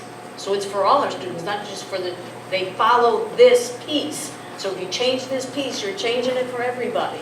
And we're dropping their GPA to a 1.67, which is not going to be as attractive at the college level when these kids apply for college. And our kids can do it. They can do it. When we asked them to move to the 72.0, there was all this outcry that we weren't going to be able to field teams, that the kids weren't going to be able to do it, and our kids showed us that they absolutely can do it, and they can continue to do it. And I am not at all happy to see this drop to a 1.67, not at all. All right. So, You want to respond? Yeah, Well, somebody wait for the committee. no, I think we should respond. Okay. The scale is no longer a 4.0 scale. And so the scale that we had approved back in the spring is a 4.3 grade. And so because it's a 4.3 grade instead of a 4.0, and I know you had pointed out that the 70 does now equal a C minus. And so the 70, the C minus is essentially equivalent to a C. And so and I understand loud and clear that I think I'm hearing the 1.67, and I understand in terms of GPA, but in our scale. And so if our transcript was to leave this city and go to a college, they're going to look at our scale like they have to for every student across the country. So when they look at that scale, they're going to see we're on a 4.3 grade as opposed to a 4.0. And so essentially 1.67 is the equivalent of a C. So we have not dropped the numerical value under any circumstance. So I just want to be clear with that. I understand. All right, Tom Vanstone, you had something? Thank you, Mr. President. Just to that point, I wasn't going to talk to it, but are you saying 1.67 is the new 2.0? Yes, I am. Okay. That's what he's saying. Okay. What I was going to say, and I know with a bargaining unit it gets a little difficult, but to buy us time that is obviously you need, time is of the essence. If I could speak to the private sector as opposed to the public world, in my world we would send out something to bridge the gap called an engineering bulletin. Do we have a superintendent bulletin that will just set the guidelines we need today until we finalize this procedure? Again, I know there's a bargaining involved, but it's just a thought that, you know, sometime in the private sector, we actually do things right. So it's just an idea. Thank you, Mr. President.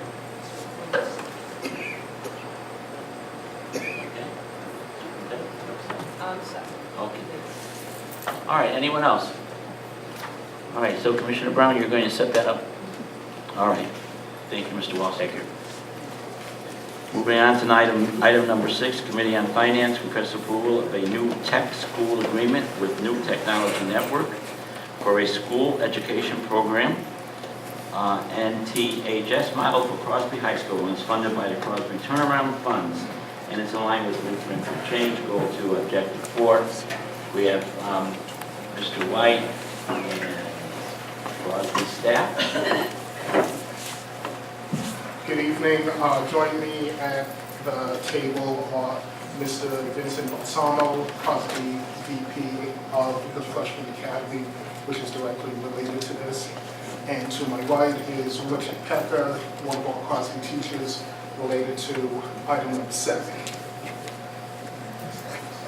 So the New Tech Network is the foundation of the work that we're doing in the Crosby Turnaround in the 9th grade academy, and Mr. Balsamo will explain a little more about that. But the big strokes of what it is, it's professional development, the ECHO technology platform, and ongoing coaching in the problem-based, project-based learning model that we're using.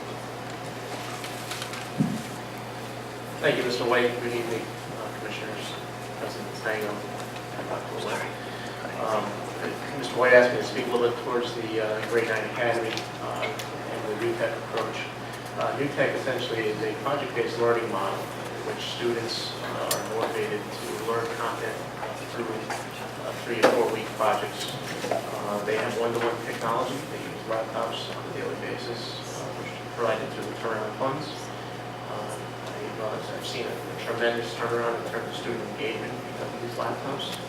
They're on the ECHO platform, as Mr. White spoke to, on a daily basis, in which teachers are uploading agendas, kids are collaborating, they're sharing documents through Google, working together. It's a tremendous change, in my opinion, from what I've traditionally seen. And I will remind the board that back end of May going into June, in consultation with the State Department of Education, we ended a potential partnership with what would be the equivalent of a general contractor for these issues, and we've had to work on creating these individual contracts. That is why this is coming in at this point. I know the board very much like things ahead of time, but this is being vetted through corporate counsel, going through with all things. But New Tech did begin on good faith to provide professional development and the platforming as we work this through to bring this to the board at this point. Okay. All right, questions? Commissioner Brown. Yes, thank you. Is this program aligned with the Common Core? We still use the Connecticut standards, Common Core standards, as well as Waterbury curriculum.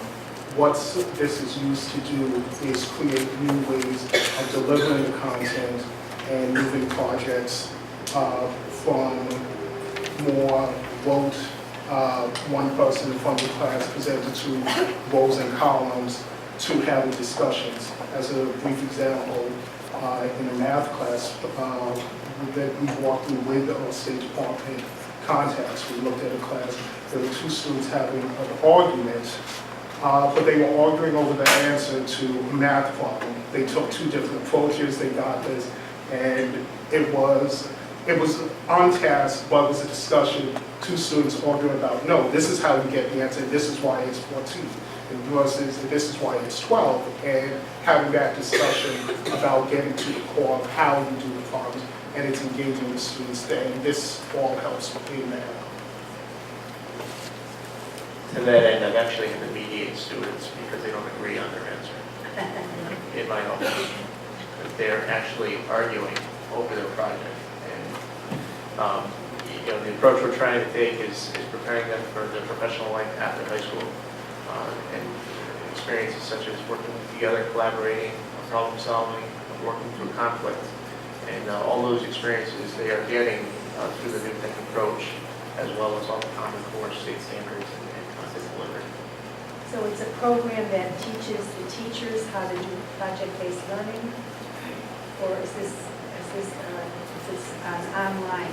I'm not sure what it is. It's really about transforming school culture. There's 179 schools around the country that have taken the new tech approach. There's a school development coach associated with the contract who actually Skypes in with our teachers and helps them develop their project-based approaches in the classroom. Really, it's a shift in pedagogy. It's a way of teaching rather than just throwing scales or lecturing students and then giving them a test. It's a pretty cool project in which the students have to complete an end product to a public audience, and through the end product, they're learning content standards related to Common Core. So it sounds like at the end of this, there'll be a curriculum developed on these topics. Is that? Well, it's partly that, because as the teachers design these projects, they'll revisit them and do them with their future classes. So it won't be a curriculum in the sense of this is something completely different from other schools. We're still using our curriculum, but again, it's the approach and the project that we use, such as designing a parking lot to make sure it has the correct number of spaces involving art and mathematics. Those are sorts of projects. But again, create interdisciplinary opportunities to do that work. And then what's happened over the course of this year, it's sort of begun, has been that professional development and that ongoing coaching and the frameworks to box that all together that we can deliver that effectively. No, I understand that, but I guess to me, that's what good teaching is. You take standards, you take a syllabus or whatever, and you translate it into lesson plans. And it sounds like these are really good lesson plans that are project-based and are multidisciplinary and challenge the children based on the Common Core. So to me, I'm hoping that what we learn through this is translated into the broader curriculum of the city, because it does sound like this is exactly what we need. We need higher order thinking and more critical thinking. And it sounds to me that these are going to be good lesson plans, to use old-fashioned language here. So I'm hoping that it will translate across the district and change the culture in many of our schools. So thank you. Anything else? Commissioner Jason Van Stone. Thank you, Mr. President, through you.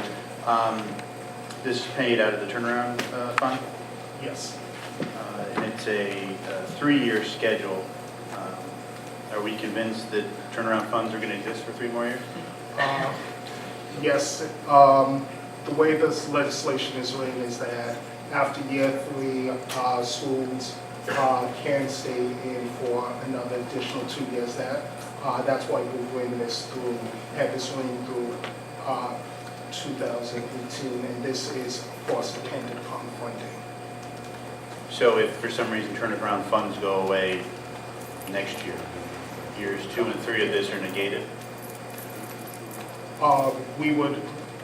We would have to find how we would fund this, but we won't have the obligation to pay this, because again, this is all dependent upon the turnaround funds. I didn't understand that. No, I'm saying that I'm sorry. Oh, no, we do want to continue this, obviously, and it is funded through turnaround. If those funds go away, the funding of new tech, yes, would either have to be picked up in general funds, or we'd have to find some other alternative. That's the answer I thought we were going to get to eventually. It'll come out of general fund. Okay, thank you. Okay, anything further? Superintendent Olet. So this is a 3-year contract. Yes. So to the commissioner's point, why can't it be a 1 year and then renewal? It is set up to that it renews each year, but it's right over the course of a 3-year period to continue the program. We should have the option each year to not. Correct, correct. We have that. I don't think it's written that way right now. I guess that's the same point I'm trying to make. So we have the option of approving for year 1, and then perhaps when the funding comes in June, we can approve for year 2, or does it need to be a 3-year contract? No, it doesn't need to be a 3-year contract. It was written as the full scope of the work to have the school completely up and running on new tech, and then after that, the contract new tech doesn't need to be there in coaching, because by that point, all of the teachers have been trained and the projects are up and running. So my question again is, this is a 1-year contract for payment only? Right, we're paying for the first year, and then... Are we obligated to pay 2 and 3? No. Where does that say that? I agree. Try page 8. Thank you. Commissioner Tom Vanstone. Yeah, I was, thank you, Mr. President, through you. I was going through all the termination clauses. And when I read them all, I don't see it as 1-year options. I see them as us, especially if you go to termination, rights upon cancellation terminations number 2. We will clearly paying if we are looking to terminate for lack of funding. So I am a little concerned. I think we need better language to support us that this is truly 3 1-year contracts, if that's what you want to call it. My other question is, in that case, what are they telling us? If something happens at the end of year 1, are we getting 1/3 of their expertise, and then we're left hanging? But you said it goes to conclusion for us to be on board with the teachers on their own. So if something does happen, let's hope it doesn't, at the end of year 1, are we sitting here with a process that we aren't able to do on our own? We would be able to do parts of this on our own, because we would have approximately 25 teachers out of the building trained at that point. But again, to do this well and with all of the supports, we would seek to have that continued funding. It's not that it would drop dead at that point. We'd have to make contingencies and figure out ways to work this, but the intent is to have this fully implemented with full fidelity. So are we saying somewhere in here in the first year we have something along the lines of train the trainer type education for a certain number of teachers? Yes, that's what's been going on through the coaching cycles, as the teachers have been working on this, have worked on their projects, plus they receive their ongoing coaching on how to conduct the projects. And if necessary, we'd have to divide teams to create new teams to put this knowledge on various teams to have them work with their new groups to train. The whole structure of this worries me a little bit.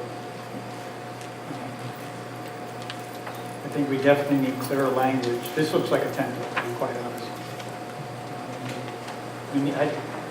Again, I don't know, we need this now. I don't see this as language that protects us. This sounds like language that protects new tech. I can return this to Corporation Council.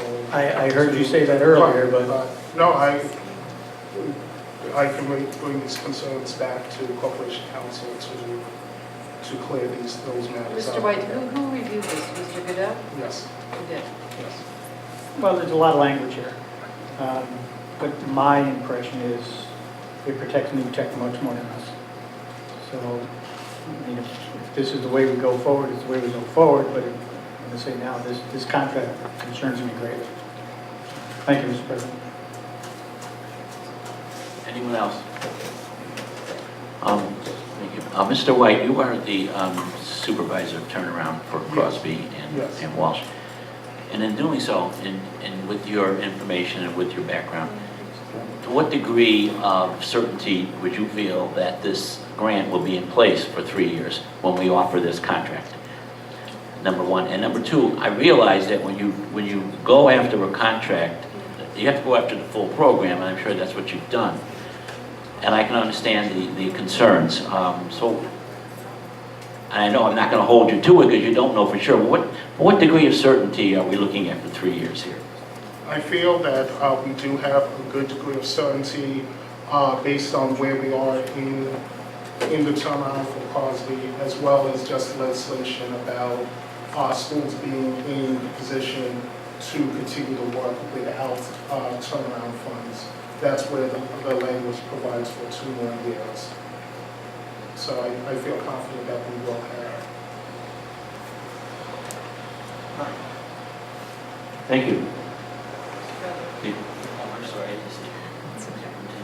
So, year one has started already. Yes. So is there any way to put subject to Waterbury Board of Education approval in this every year? Yes. So, year one for 15, year one for 16, year one. Is there any way that they can do that? Subject to Waterbury Board of Education approval? Funding, subject to that kind of language? To the best of my understanding, yes. As this went back and forth between Corporation Council and their council, those were the things that were being added to make sure that there was language. So I will take that back to make sure that I'd like that particular really line- highlighted and subject to state funding and subject to the Waterbury Board of Education approval. If the partnership doesn't really work after 1 year, I'd like to be able to say thank you, but no thank you. All right? I will get that done. Yeah, and I'd like to see it again before it goes, since Mr. Goodell's not here. Thank you. Okay. All set with that then? Okay, I think you're still up. Mr. White, for the next item number 7 on the agenda, Committee on Curriculum. Request approval of AVID elective, AVID secondary course, aligned with Blueprint for Change, Goal 4, Objective 1. Mr. White again. Yes. For the AVID program, one of the goals of the turnaround course is to improve and increase our college-going culture. One of the things we wanted to do through the turnaround was work on our college readiness, study skills, ability to be more rigorous, and ability to be more competitive in a variety of courses, including our AP courses. The information you have has some of the background information on AVID, and what we are seeking to do is create an elective class to support students in developing stronger study skills, exposure to the AP, to prepare them that they can take AP courses and be stronger in them as they begin those courses. I'm going to ask Richard Pecker to speak briefly. He attended some of the trainings with us. Good evening. I'd like to thank you all for your time. Superintendent Led, President Stango, Vice President Harvey, Commissioners, everyone here. AVID, which is an elective that has been, it's actually a program that has been in existence with proven results for over 30 years. And it stands for Advancement via Individual Determination. To summarize, the underlying goal of this particular program in its elective is to take students who are in what they describe as the academic middle and to increase the rigor of their classwork and to really prepare them for life after high school, at a 2- or 4-year college. Some of the goals of the AVID elective class are to provide students with organizational skills, note-taking strategies, study strategies, regular tutorials in the classroom for their other classes, the focus of Avid isn't necessarily on content, it has to do with the thinking. It's getting our students to challenge themselves by way of metacognition. There's an emphasis on writing, inquiry, collaboration, organization, and reading. Those are some of the fundamental tenets. We had the opportunity to go to Philadelphia for the Avid Summer Institute and heard actual success stories from students whose lives and in some cases backgrounds reflect those of many of our own students. And there is a great deal of excitement about this program. We do have a nucleus of a little over 20 students who fit the description, who, in other words, they fit the qualifications of an Avid student. These are students that I had the privilege of having in my classroom last year through our exploratory courses, where they want to achieve, they want to do well, and their grades could be improved. These students are very excited about this course. We have parental buy-in and consent on this course because guardians and parents at home, they think that this is a course that will benefit their students. And there is a lot of, as I just said, there's a lot of excitement about this course. Avid provides its own curriculum. It does overlap with elements of Common Core in many areas, and it can be seen as nothing but a positive moving forward. Mr. Peck, is that correct? Yes. Yes. Can you give us a little background on what you do at Crosby and how long you've been there? I don't think any. Sure. This is my second year at Crosby and my second year in education as well. I don't know what I would call it normal duties, but I'm an English teacher. Prior to this, I had a background in marketing. So this is my second year working in Waterbury School System, teaching English. Oh, that's great. I didn't recognize you from before. So it's good to see you and welcome on. Okay, any questions for the panel? Commissioner Brown. Yes, thank you. Now, will the students get credit for taking this course as an elective? Yes, they will receive elective credit for this course, and furthermore, it's looking to become an ongoing program where they would continue on through their junior into their senior year. So our nucleus would start with sophomores right now, and then it would span over into junior and senior year, where if they succeed in the Avid elective this year, should it move forward, then they would have the opportunity to pursue it in future years with higher levels of rigor and really challenge them to think critically about their studies and their courses. No, it sounds like there's an excellent idea, but quite frankly, I'm saying every student should have this.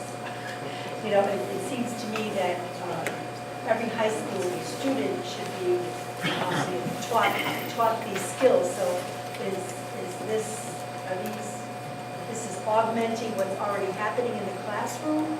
Because to me, these are, I mean, I'm looking at the curriculum here. It's like communication, writing, inquiry, collaboration, organization, reading. It just seems like these are skills that should be across the board in every child's curriculum. Am I missing something? No, you're absolutely right. But there is a process to scaling up to getting as many people on board. It is happening, being taught with fidelity in all classes and different aspects. It starts with the elective, and then it continues with common language across all classes, spiraling out so that even note-taking, it uses the method of Cornell note-taking, which starts with the essential question, and then has the student create their own questions about their learning. Again, another approach to the engagement. This is the beginning step in something we would like to have school-wide and, of course, district-wide, which is one of our goals. Quite frankly, I really think that these are basic skills that should be taught, but I'm glad that it's being taught. The other thing is, it just seems like crazy scheduling that we don't even have time for normal classrooms, so how are we going to fit this in? This would be looking again at students who have that skill. This targets the middle, In their own schedule. right, and it would be arranging it that it would be at the end of the day, this class, because it's a combination of both the direct instruction, but also opportunity to engage the community as students, we were working with Yale to do some of that, and so that again, our students will succeed not only in this, but prepare them to succeed in their other courses. And additionally, along that line of the scale, one of the things, a number of teachers were trained this summer, and part of that was in the Cornell Notes method, and those teachers that have been trained are using that with their students as well. So we have that avid elective that will affect approximately 20 students, but we have closer to 5 teachers taking 5 sections each, multiplying that through some of these practices so that it extends beyond. And when would this contract begin, and is there a cost to this? There are some costs to this that were brought through the turnaround grant. And the piece now is just having the course in place and ongoing training. Thank you. Commissioner Jason Van Stone? Commissioner Brown led me right to my question. I didn't see any costs involved with this. You said it was paid already through turnaround? Yes. So what are we doing here tonight? This is approving a course to be taught. When we agreed to pay for it, what did we think we were paying for? No, we paid for professional development, and it will be ongoing professional development going forward. What did we pay for this? I'm sorry? How much did we pay for this? $22,000. For 1 year of this? That's the setup, and then after that, it's $7,000 ongoing for as many schools as come in. Thank you, Mr. President. Anything further? Okay, very well. Thank you very much. Okay, we're up to now on the agenda item number 8, is the superintendent's report. And we have letter A and B. Letter A is the committee of the whole, and it's a briefing of the Smarter Balance testing, aligned with Blueprint for Change, Goal 2, Objective 1, 2, 3, and 4. Mr. Schwartz and Mrs. Battistoni.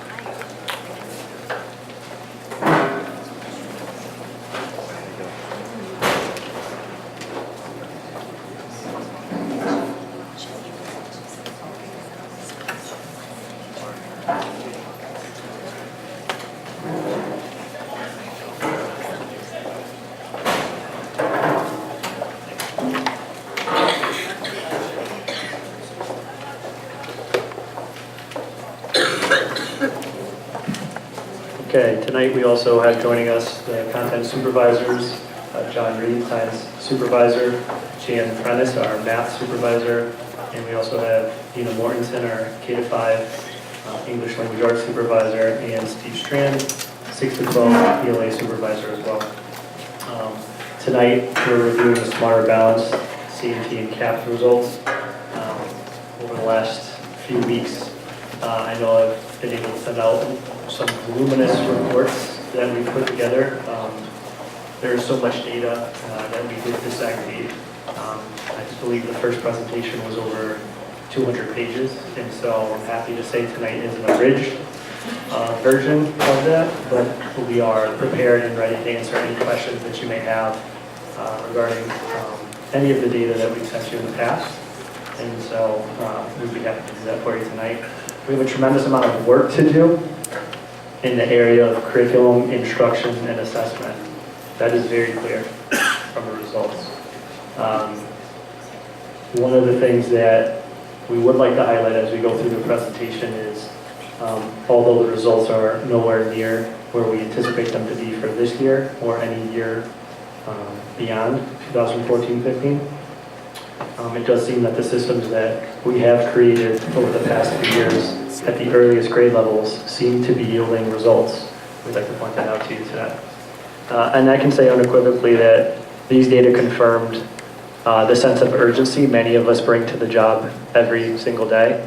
And for those that have not been bringing that sense of urgency, we're using this data to ensure that this is a wake-up call for change. So with that, I am going to hand it over to Tara Battistoni, then the supervisors will also chime in at the end to talk about, although the results were released in late August, many of these data confirmed what we already knew from internal assessments. So we were preparing from our last presentations to the board and from the recommendations of the board in our internal meetings to push strategies forth that seem to be aligned with the data that we received. Good evening. First up tonight, we're going to talk about the Smarter Balanced baseline results. They are a baseline, as this was the first year we have ever received any results. Many of these background slides that I'm going to go through, you've already seen, so I'm only going to touch on highlights of them. We know that the Smarter Balanced assessment replaced the CMT CAPT, and it's aligned to the Common Core state standards. It's given to students in grades 3 through 8 and 11. However, as you've already heard, the grade 11 test next year is most likely going to be replaced by the SAT, but there's still a few things that they have to work out in terms of the replacement. The Smarter Balanced assessment is for math and English language arts literacy, and it's administered entirely online. Smarter Balanced reports on the following areas in the 2 content subjects that are tested. So math, we have the 3 claims that are listed here that they report scores on, and in ELA literacy there are 4 claims. Now underneath each of these claims there are many standards or targets that are also assessed. But the claim scores are reported out only. There's no sub-scores reported out. And the claim scores are reported out as either above standard, at or near standard, or below standard. Here's a little bit more information about the claims that you've previously seen.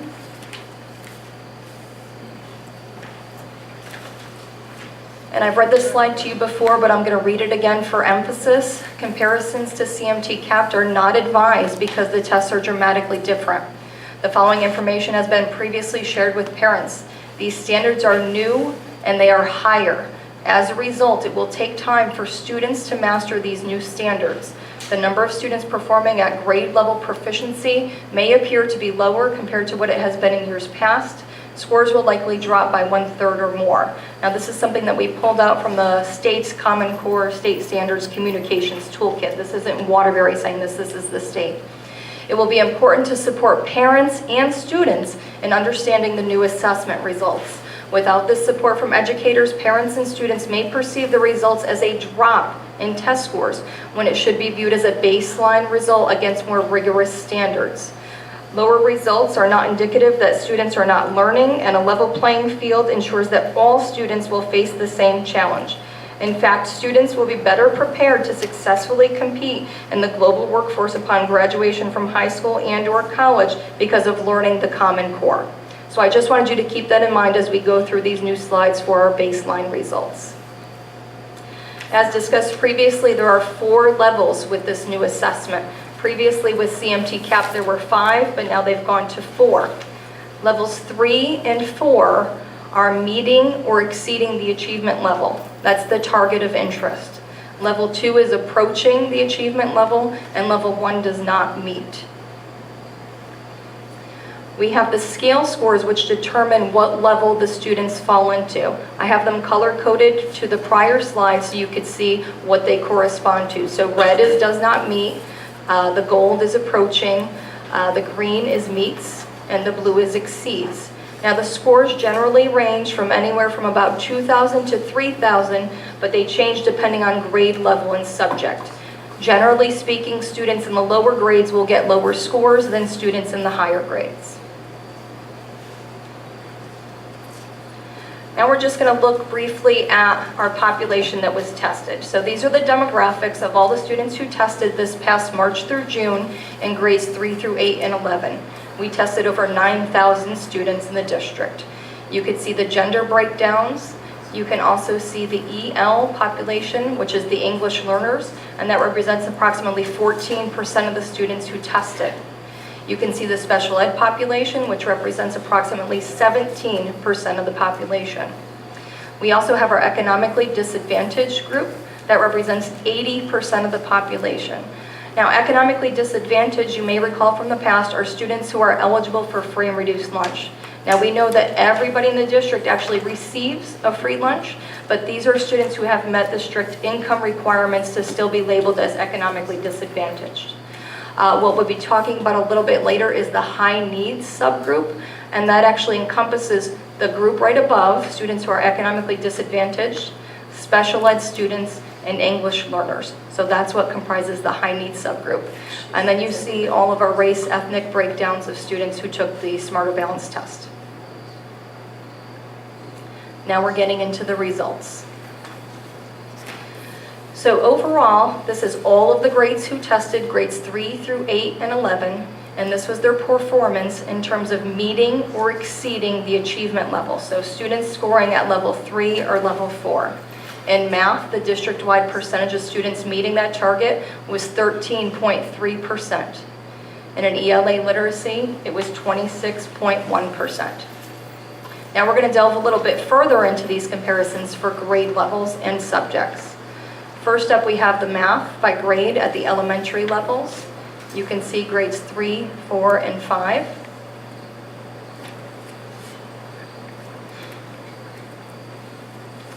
Then we have the middle school results for grades 6, 7, and 8. Again, what we've sent you earlier was much more in depth.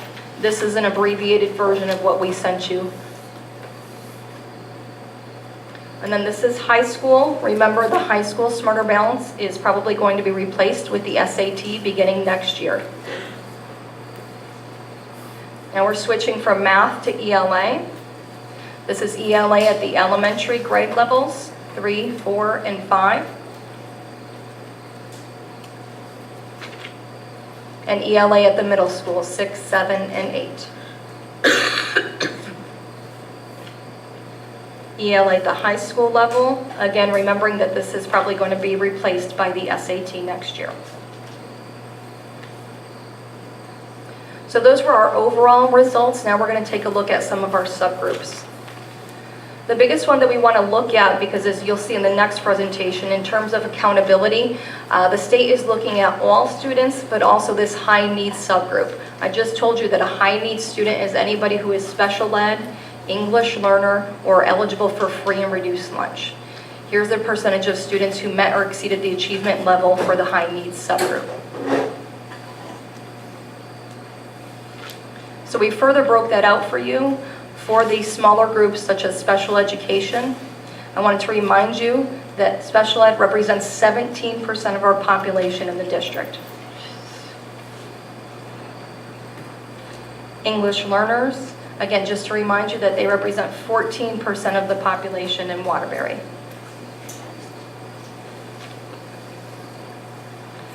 Finally, we have the school results, and it's simply all of the schools ranked. We took all of the grades and combined them together rather than giving it all out by grade. So when you're looking at the pre-K to 8s, it's their elementary and middle schools combined. And when you're looking at a school like WAMS, it's the middle school and high schools combined. And they're ranked in descending order. Math is on the left-hand side, and ELA literacy is on the right-hand side.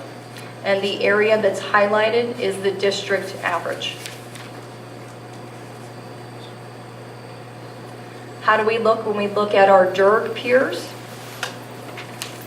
This is our comparison of math and ELA literacy. This is all grades, so grades 3 through 8 and 11 for our DIRG peers. On the top is math. Waterbury is listed in capital letters, so you could see it easier. And on the bottom, ELA literacy, again, Waterbury is listed in capital letters. Now we're going to go through each of the individual grades. It follows the same format where the math is on the top and the ELA is on the bottom. So this is grade 3. This is grade 4. Grade 5. Grade 6. Grade 7. Grade 8, and grade 11.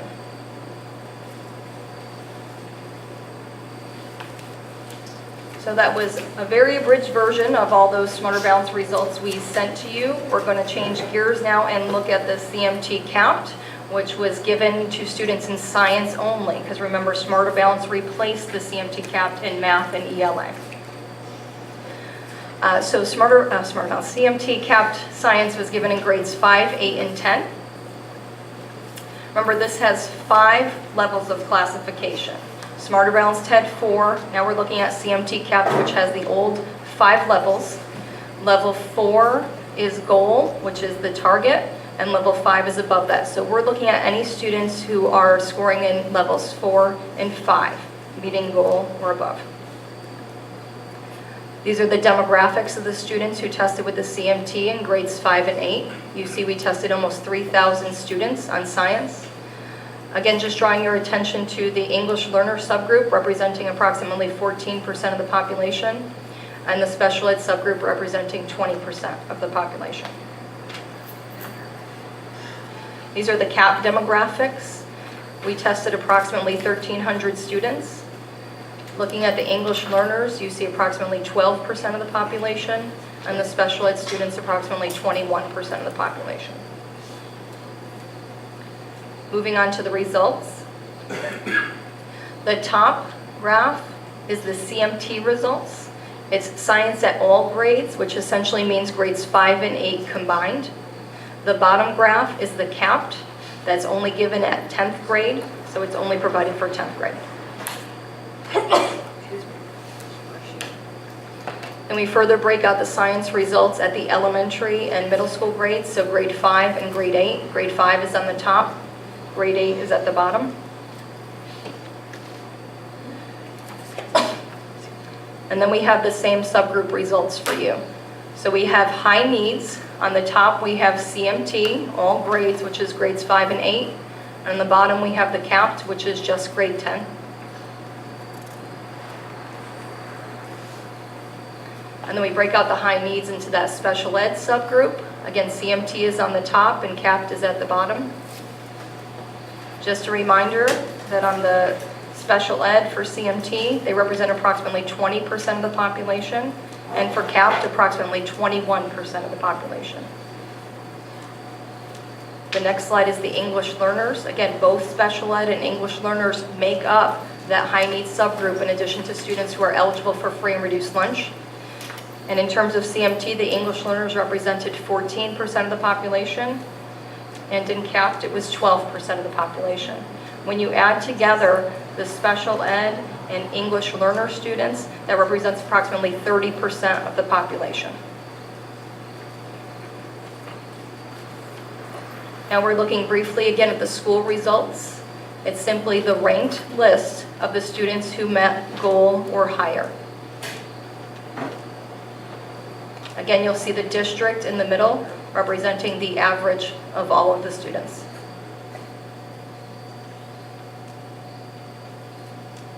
Then we have the CAPT rankings.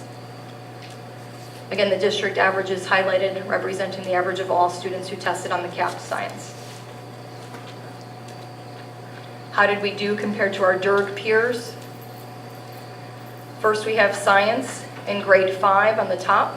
Again, Waterbury is listed in capital letters for you to pick out easily. And on the bottom, we have grade 8. And then finally, we have grade 10 CAPT. Now we're going to turn it over to the content area supervisors to talk about what action steps are we going to take after seeing these results.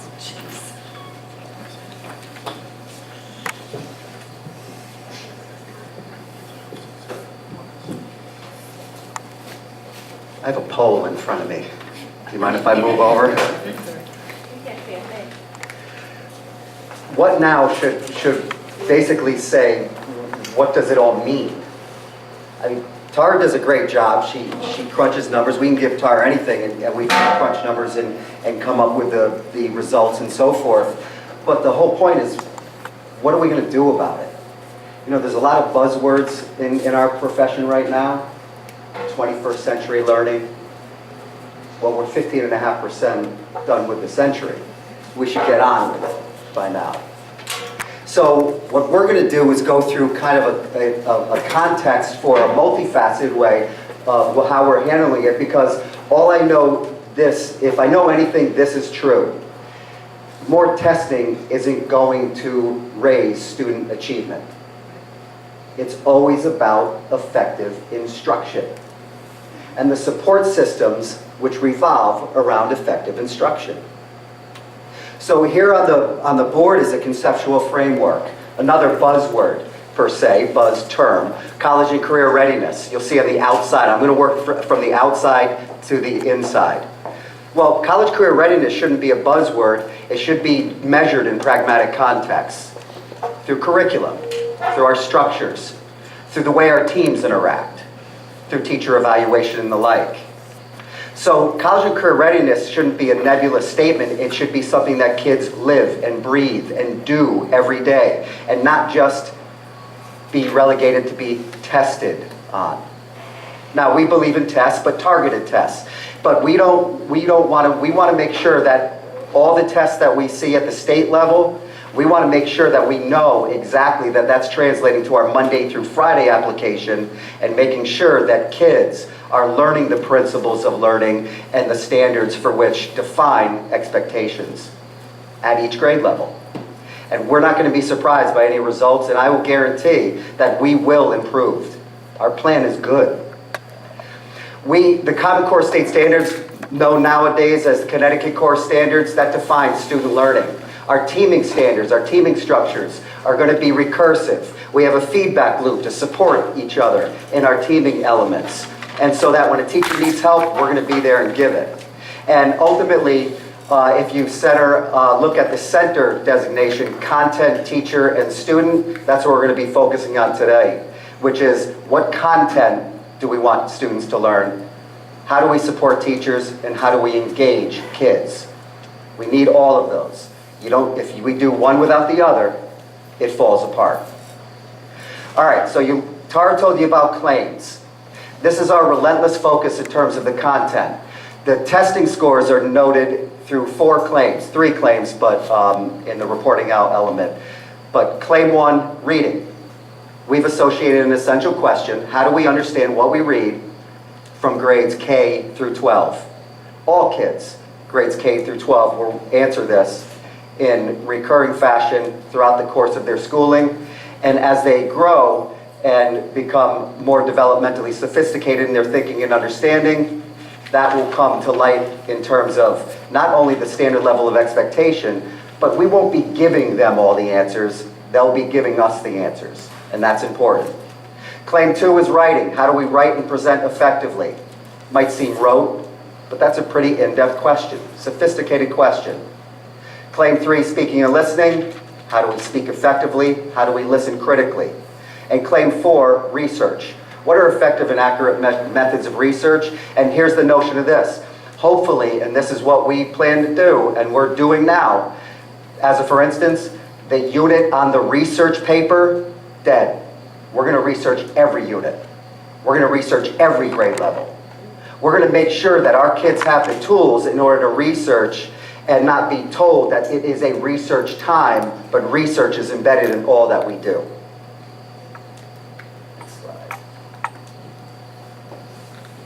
Our kindergartners were actually researching today. We have a lot of evidence of that we're excited to share with you at a curriculum committee meeting, to Steve's point. But getting at claim 1, reading, we just need to take a step back in our primary grades, because in order for our 3rd grades up to 12th grade to be real good readers, as measured by our Common Core standards, they really need those foundational skills. So I know you've heard me talk about foundations, that is now currently in our K through 2, but I just wanted to emphasize the importance of that program and the implementation and how we're monitoring the fidelity to that this year, and embracing all the teacher learning that needs to happen to support the foundational skills in our younger grades to prepare them for claim 1 reading. Another big piece is the unit structure that we've talked about, and we presented our first unit in kindergarten to you at one of the last board meetings over the summer. But the whole point of our whole new curriculum, you can see on the front page of the unit where we have all of the standards that are listed for both ELA and the content. Everything, standards, standards, standards. All of the standards are totally attached to the targets that are all measured in the claims for Smarter Balance. So if you look at the front page of our unit, you'll see where we have Claim 1, Claim 2, Claim 3, and Claim 4. So everything that we're writing in the curriculum is aligned completely with the Smarter Balance claims, but more importantly, the standards. We have listed our ELA standards in one section to support that, as well as our social studies, the new frameworks that just came out, and the next generation science standards. So, essential questions tied to unit. These are up on the walls of all our teachers. Tied to things as such, when you look at this plot structure, kids should know how stories work. They can't write stories if they don't know how they work. They can't readily navigate through and analyze stories unless they know how they work. And this is the recurring context for which students will be seeing grades K through 12 through our system. Again, they might seem like simple questions, but developmentally, they're profoundly sophisticated, going through the learning continuum. The second part of the instructional core was the teacher. And so this is a little bit about what we're doing to build teacher capacity. And what you see listed here are just a few of the professional learning opportunities that are happening in our district this year. There is a ton of professional development happening in a variety of contexts. A lot of our professional development, too, is all in-house. We have so many good teachers and leaders that we're using our internal experts to support our own professional development. And then some of it, we bring in some of our outside experts and assistance from the state in areas that they're supporting us as well. Keeping in mind, we're going to be targeted with professional learning. We're not going to just bring in the consultant because, they wrote the latest journal or book or whatever it needs to be. We need to be able to make sure that our teachers are readily aware of exactly what they need in a targeted manner. To that end, we are building teacher capacity. We want to see return on our investment. Our teachers are our greatest investment in this district. We have to make sure that we support them relentlessly. We need to ask this question, every single thing that we do with our teachers related to professional development, professional learning. What is the evidence that our professional learning is increasing our adults' effectiveness in ways that translate to enhanced levels of student performance? We're in a trial and error business. We have to start doing a lot more trial and stop worrying about the premise of error. We'll know what works, we'll know what doesn't work, and we'll be responsive. Commissioner Redstone, you talked about the way that the private sector does it. If you don't produce results, then the last thing we want to do is do the same thing again and again. And we're in a business, folks, where, make no bones about it, over time, it's the bigger hammer mentality. Well, it didn't work, so let's just get a bigger hammer and do the same thing. We need to be responsive, and we need to be progressive in our actions. So what is the impact of the new learning on students? The only way to measure that is through learning. You want to define effective instruction? It's called student learning. And we're going to make sure that our internal measures support that, to make sure that our professional learning is defined by our coaching cycles and support for teachers, and so that our student output shows if it's working or not.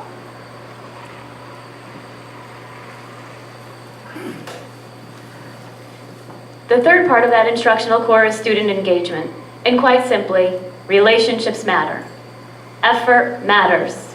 And results matter. There's so much to student engagement. It plays a huge role as a piece of that instructional core. And so we are integrating everything we can around student engagement in our units, in our activities, in our assessments to make sure our students are engaged. And to that end, I know it sounds idealistic, but we can't use the term, and it's used a lot in urban settings particularly, the word can't. Our students can, they're capable. We need to find ways in order to make sure that our 21st century students aren't being taught and developed in context in antiquated 20th century methods. This is a different type of kid in terms of what's going on in their worlds in relation to how we as adults need to respond. So when you talk about student engagement, we need to be able to make sure our teachers and our students understand what inquiry is. what experiential learning is. We want them to do their learning, not just be receptacles of the learning. And that's an important distinction, and that's where our curricular models are going to, and certainly where our assessment numbers are going to be able to tie together with our successes. And just as an example of our student engagement, here are two students. These are actual students, just a few weeks ago actually, from Gilmartin. It's Gabby and Avian. And they came up to help us create an assessment. So they're living and breathing this assessment. That's engagement right there. And there they are demonstrating pushing and pulling and how they move objects from one place to another. That ties into the next generation science standards, and it's built into the unit that's going to be taught in kindergarten beginning October 6th. So here they are. Perfect example of engagement, perfect example of what we're working towards. In this assessment, you only see page 1, but with page 2, there is a writing component. So we talked about standards, standards, standards. We talked about connection to the claim, and this one assessment in particular has that whole engagement piece and also addresses the reading, the writing, the listening, and the research that needs to be done in order for them to create the response in writing that's attached to this. We have several examples of our data streams and several exemplars of what's being done in real time in our current units, our planning, and our assessment that we're really looking forward to sharing with everybody at an upcoming curriculum meeting. But here's just a little snippet for now. And note, did we say we wanted to show you a lot more in terms of our curriculum, what we're doing? So again, anytime. Commissioner Brown, you mentioned something before in terms of those soft skills per se, about reasoning and being able to communicate, being able to articulate a sense of not only what outcomes are, but how to get better at doing what one does. Correct? That's our curriculum. And those are the key cognitive strategies in college and career readiness principles.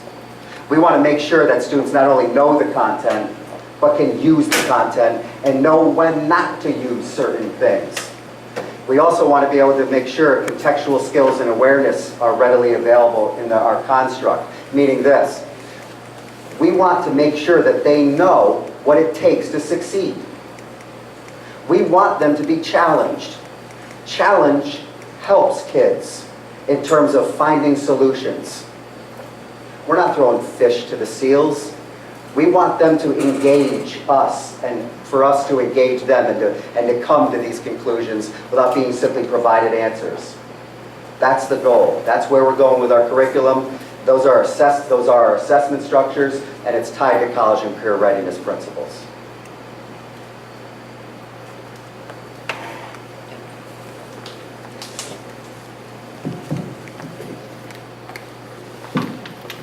Good evening. This year, our district MAC focus is on problem solving, and it kind of ties into some of the things you've already heard about. Our focus is on increasing the ability for children to make sense of rich, complex problems, persevere in solving them, and provide the evidence to communicate mathematical reasoning. This directly ties into 3 of the 4 mathematics claims on Smarter Balanced. We need to produce critical thinkers. We cannot produce critical thinkers unless we give them the opportunities in the classroom to do that. So, using Alliance funds for K-5 students, I purchased a program called Exemplars. They are performance tasks. Part of the Smarter Balanced assessment is a performance task for every child in every grade. Those are very rich, complex tasks. So I purchased that program. It's graded on a rubric. And what I did was I identified required learning tasks. I'm no longer strongly suggesting that we do this in a classroom. I selected tasks that are embedded in the curriculum, and those are required learning experiences for students to do in groups, to produce a group answer. We're providing all of the professional development around this so that students can learn to start a task, work through a task, end a task, and get through it on their own. We're also creating district assessments based on those required learning experiences so that we can then gauge how the children do on their own. And it was a plan that I came up with for K-5. I thought someone else would be coming up with a plan for middle school, but I took a look at some of the things that we already had for middle school, and I realized that we had some very good performance tasks that were not being used. And I realized that I could take this goal and I can extend it into middle school. Because we really need to look at the kinds of things we're doing in classrooms, and you heard it before. It can't always be stand and deliver, plug and chug, drill and kill math. Kids can do. And they need to have these rigorous problems, and they need to have time to solve them in the classroom. And so again, in middle school, they will be required to do certain tasks as learning experiences, not as tests, but to have the time in the classroom to really work through some problems, present their answers, talk about it, get scored on a rubric, identify where they are. Children will know where they are and what they have to do to get to the next level. It's time well worth spending. All of the professional development in K-8 will be geared around making sure that we have the appropriate strategies and teachers have the tools that they need to be able to address the instructional shifts necessary to have children able to perform these tasks in the classroom. The last time I spoke with you, I told you that Walsh would be doing a pilot this year in K through 5 for iReady for intervention and enrichment. We moved a few things around, and I was able to get iReady for grades 3 through 5 for all 20 elementary schools. Sorry. So all 20 elementary schools will be piloting iReady, which is a system of intervention, enrichment, and differentiation. The children will take 3 adaptive diagnostic tests that will identify where they are mathematically in 4 different domains. Adaptive meaning, if I'm a 5th grade child, I will take this test, and if the questions are too hard for me, getting them wrong, it will adapt down to 4th grade and to 3rd grade. And so my teacher will get a report that will tell him or her exactly where I am with operations and algebraic thinking, with geometry, and so on. This teacher can also get a report on the entire class that will group children with similar needs. So there are 2 parts to this program. After the diagnostic testing, there is an instructional component that is teacher-led, and there is a computer-based component, which is an individualized path for a student.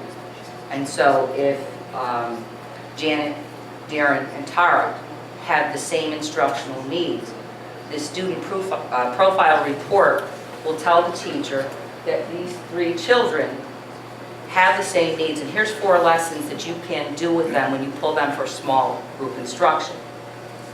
And then when the teacher pulls another small group, we can go to a computer where we can sign on, and we will get lessons especially for us. Every lesson that we do on a computer, at the completion, we have a little quiz, which might sometimes look like a game, and everything we do is progress monitored. So everything we do on the computer, the teacher gets a report. And there are reports at many different levels: individual student, class, grade, school, district. There's an intervention report, and so we can track children's progress for the entire year. We will be using that in that intervention block, so that, for example, Drake's built in an intervention block. That's an extra 30 minutes 3 times a week, where children would take advantage of this. The other thing that's new is we've had ESH programs for years, and what would happen would be for the math component, every school would run around and try to put something together for math because we never had a curriculum. This year, selection will be based on that iReady test. And so the students who have the greatest need in math in grades 3 through 5 will be selected. They'll use the iReady as part of the math component. There will also be a reading and a science component, so it won't strictly be math. But that's just another way that we're going to address those math needs for the kids in elementary school. I have very big hopes for this program, and we'll see at the end of the year, we'll come back and see what the data looks like and see how effective this is for children and whether it's something that we feel we should move forward with. And I will be checking in with you during the year when we do have data. At the high school level, it's been some time since the curriculum has been revised.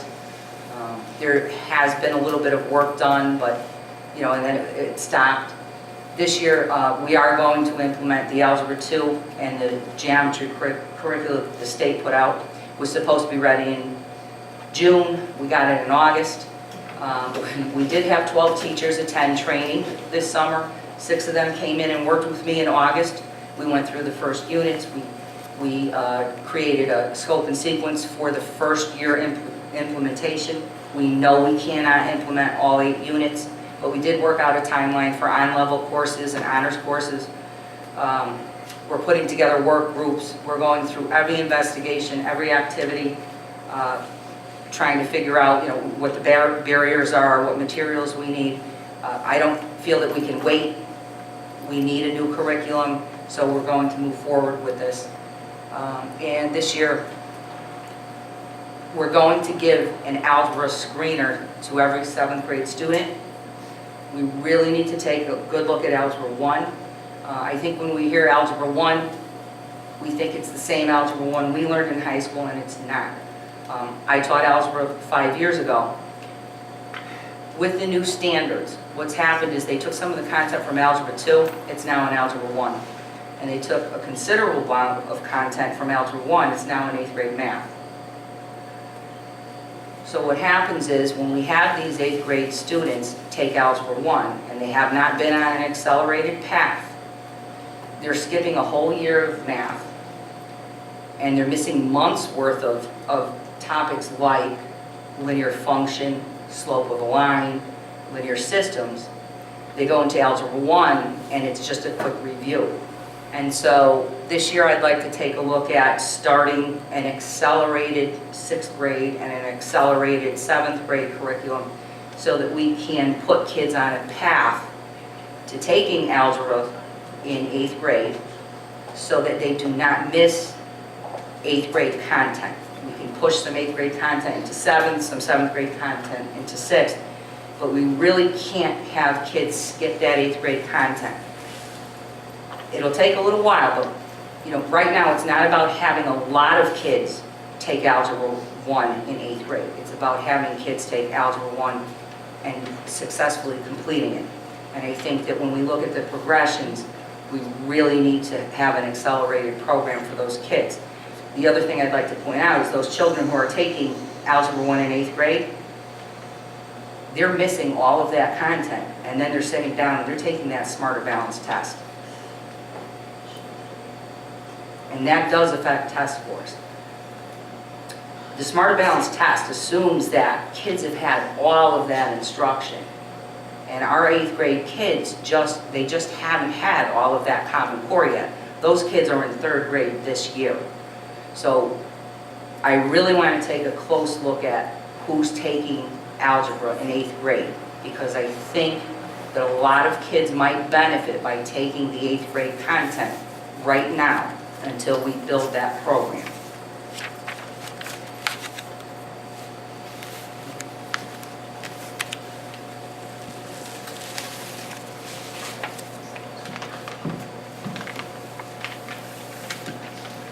Thank you and good evening. Starting with elementary school science. Too tall for that, I guess. We're very excited to start getting science into the elementary grades. This is probably our top priority.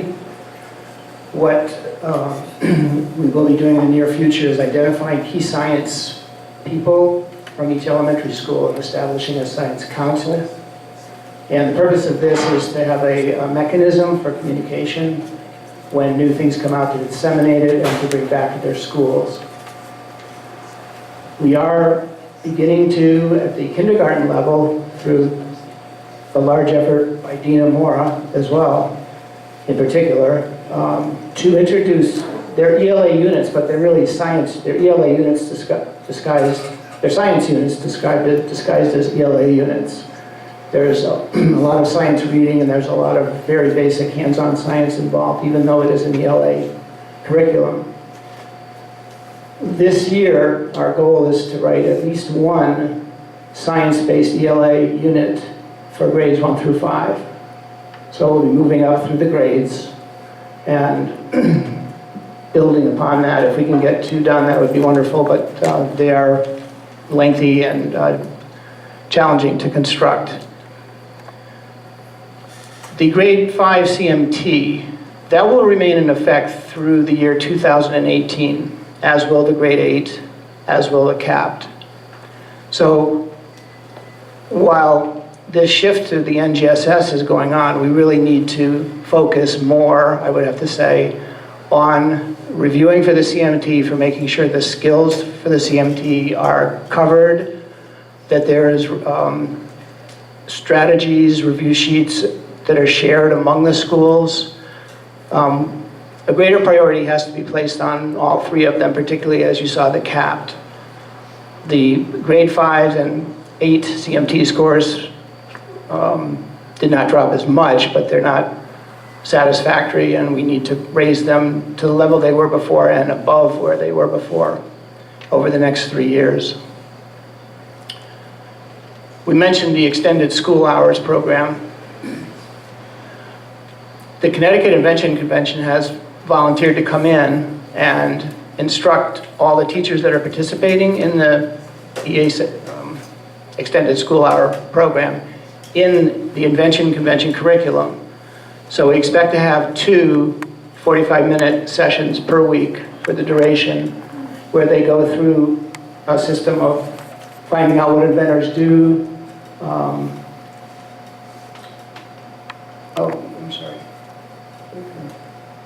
Finding out what inventors do, finding a problem to solve, and coming up with an invention that solves it, testing it, and ultimately, we hope to have them in a competition at the end in another forum. This is a picture that was taken on September 14th. These are specially selected teachers from elementary schools that are experimenting with a science kit produced by the Carolina Science. It's a hands-on exercise. It's an engineering and kind of design type problem. And their goal is to bring this back to the schools and be proficient and act as coaches for the other teachers. This is the kind of activity that we hope to infuse up and down the grades. In middle school, the same idea of identifying a lead science teacher. Middle school teachers have expressed an interest in something almost like a department head, but it's not really a department head. Somebody at each school that coordinates science for the teachers, it coordinates supplies, takes grievances, passes on communication, and so on. So I would like to have middle school teachers as well involved in this. We have completed the quarterly common assessments, including the midterm and final. We're going to be revisiting those a bit to see if we can put more CMT and CAP related items in there to bolster our scores. One of the goals this year that we've been given by the state is to take the much anticipated but yet unadopted NGSS and build capacity and understanding within our teachers. It's a complex set of standards, and it takes a lot of professional development, a lot of time and to gain the familiarity. So our next couple of PDs, one on October 13th will be devoted in part, and the one on November 3rd in its entirety to the NGSS literacy. Once they've adopted it, we are planning to proceed with curriculum revision. We have a lot of Waterbury people in various state committees. I personally and four other teachers are involved in a curriculum institute where we're with other members of other districts preparing a middle school curriculum on ecology based on the NGSS. We also have an individual, Mike Gamola, whom you may know, who's in the leadership, what do they call it? It's an institute for developing leaders to train other facilitators who can then go out. So he and I have been in communication about how to proceed best. And just similar to the grade 5, we need a renewed emphasis on the CMT. We can't afford to look beyond it because we're being evaluated on it. It's part of the metric for school proficiency, and we need more focus on it. So that's going to be a definite priority this year. All right, I think too long on it.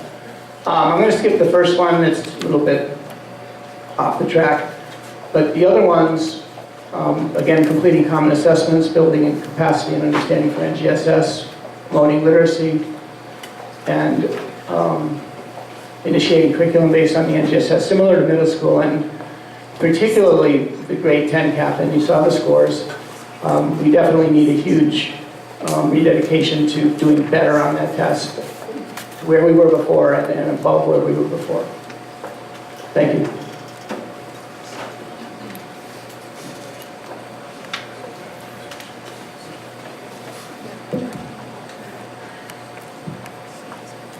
Okay? Thank you. All right. So, we hear a lot of stuff there. A real lot of stuff. And I see a hand up, and it belongs to Commissioner Hernandez, and she has a question.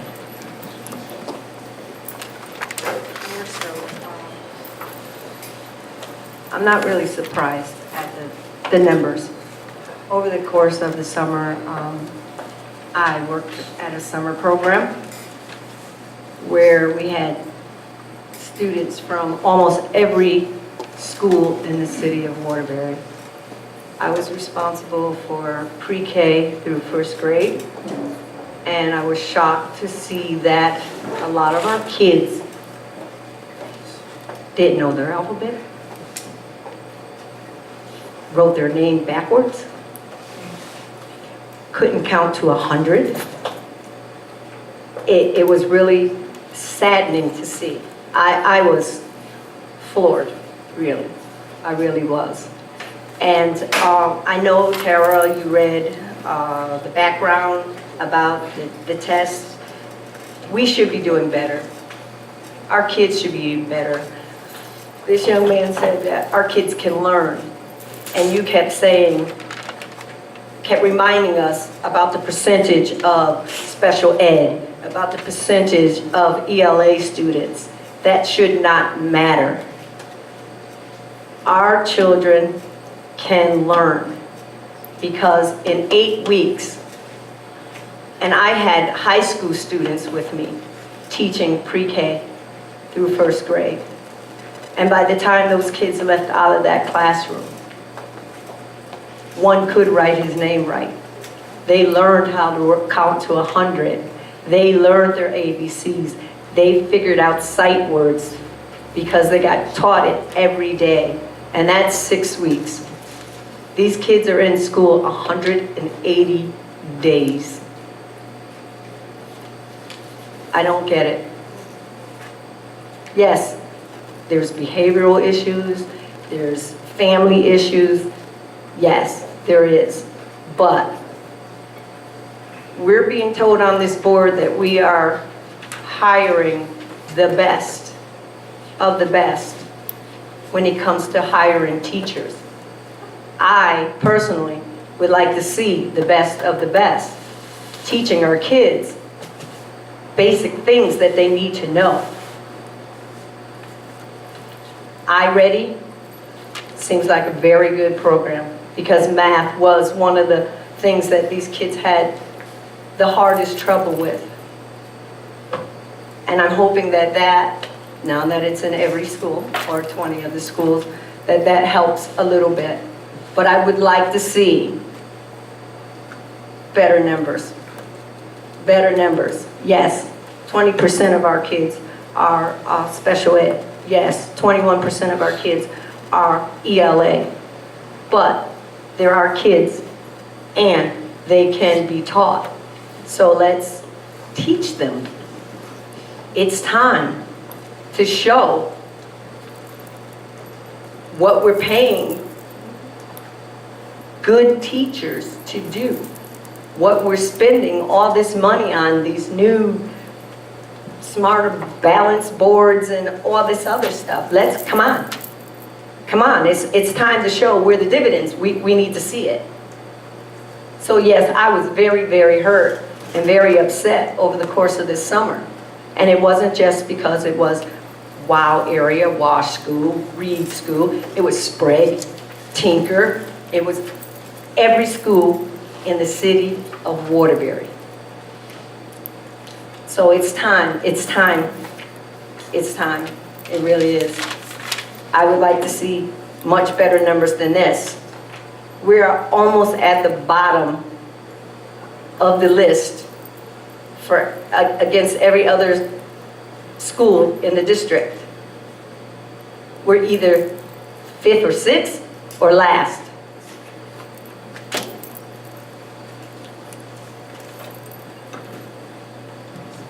Commissioner Tom Van Stone. Thank you, Mr. President, through you. Enlightening is one word, but not surprise, as Commissioner Hernandez said. Now, I'll try to go kind of in the order that presentation went. And one of the things mentioned was not to do any comparisons with CMT CAP, where we're going now. What can I do to make a comparison with us having our 11th graders take an SAT in lieu of one of these other tests?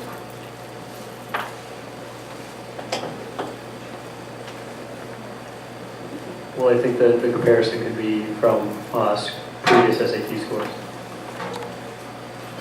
We don't have those results, I believe, again, published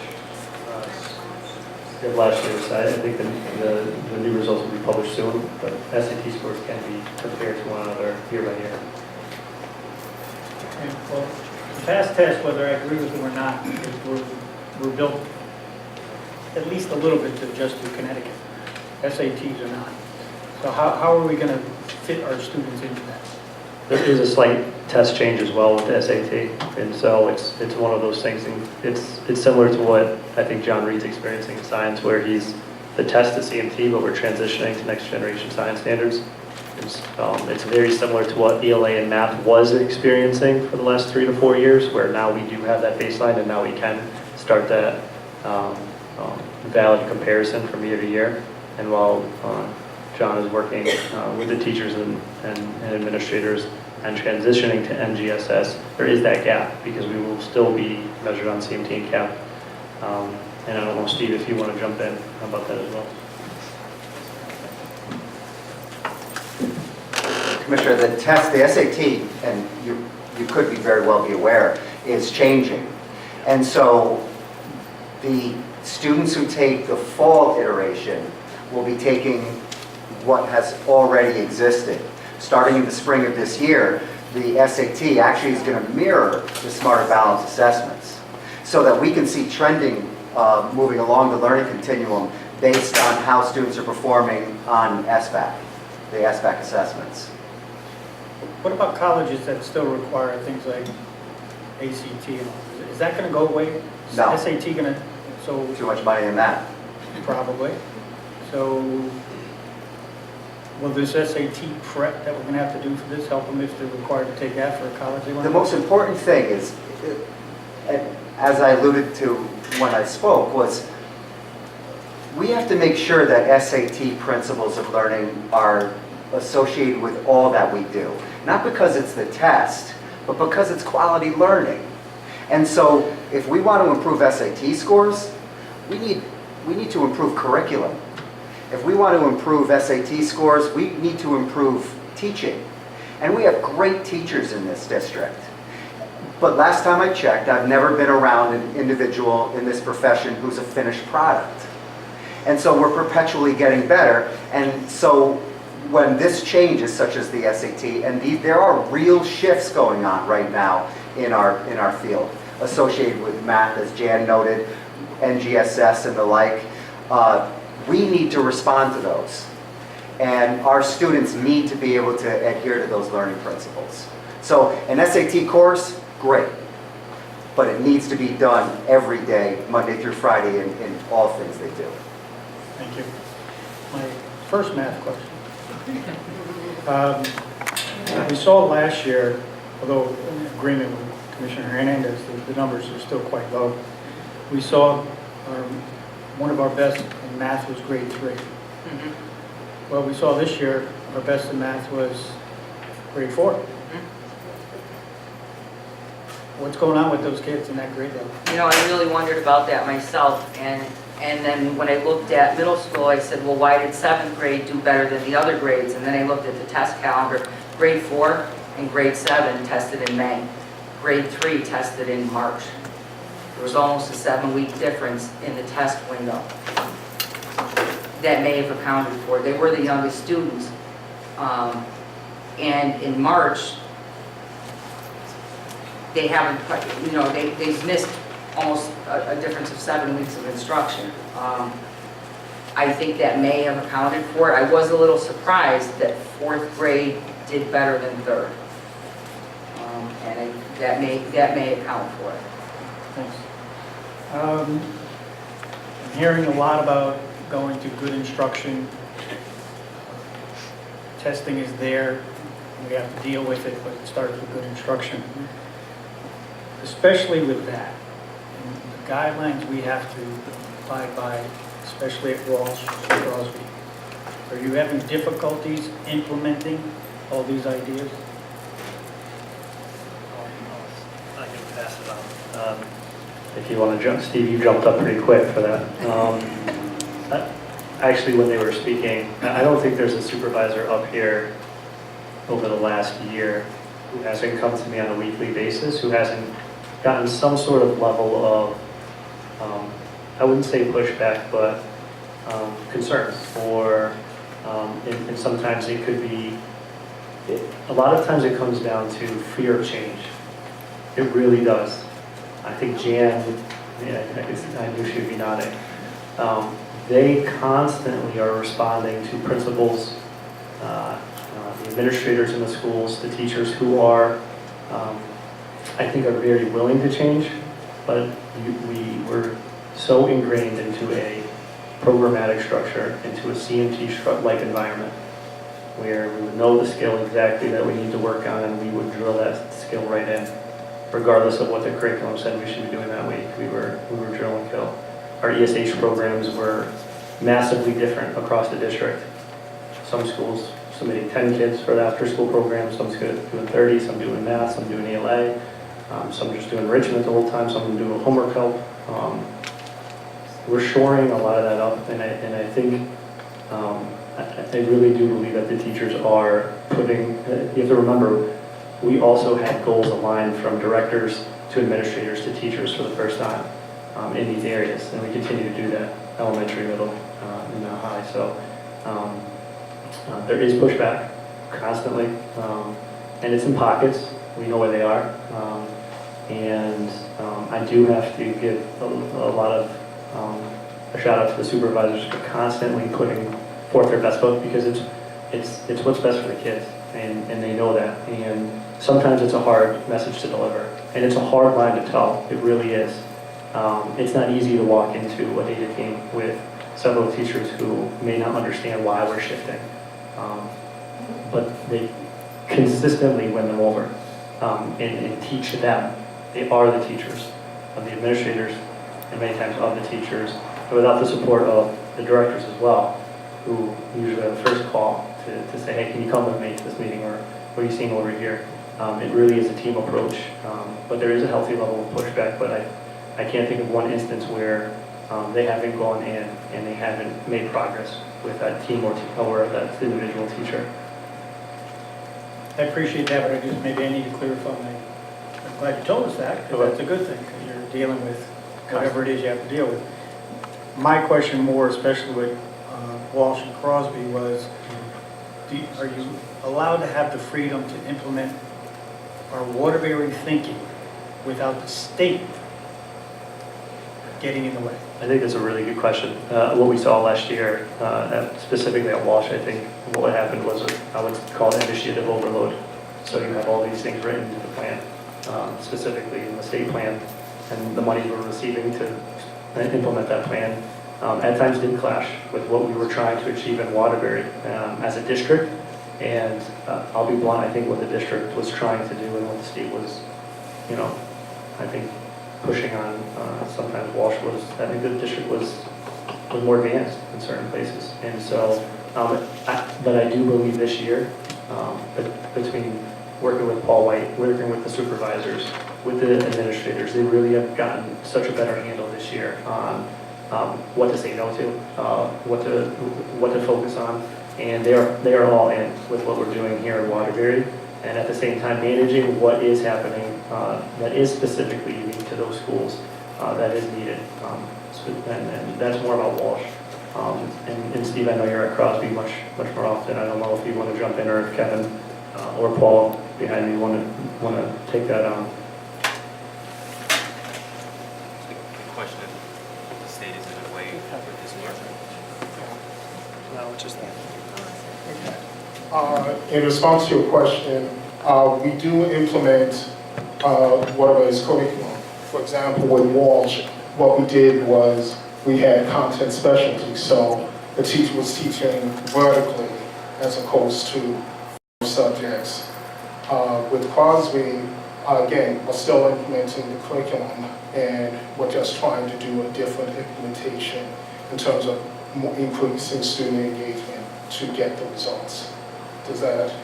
Sure, that's what I want to hear. I want to hear that the state is allowing us to be Waterbury. Oh, yeah, we have no... Mayor Hernandez said, if we're going to bring in what we feel are the best.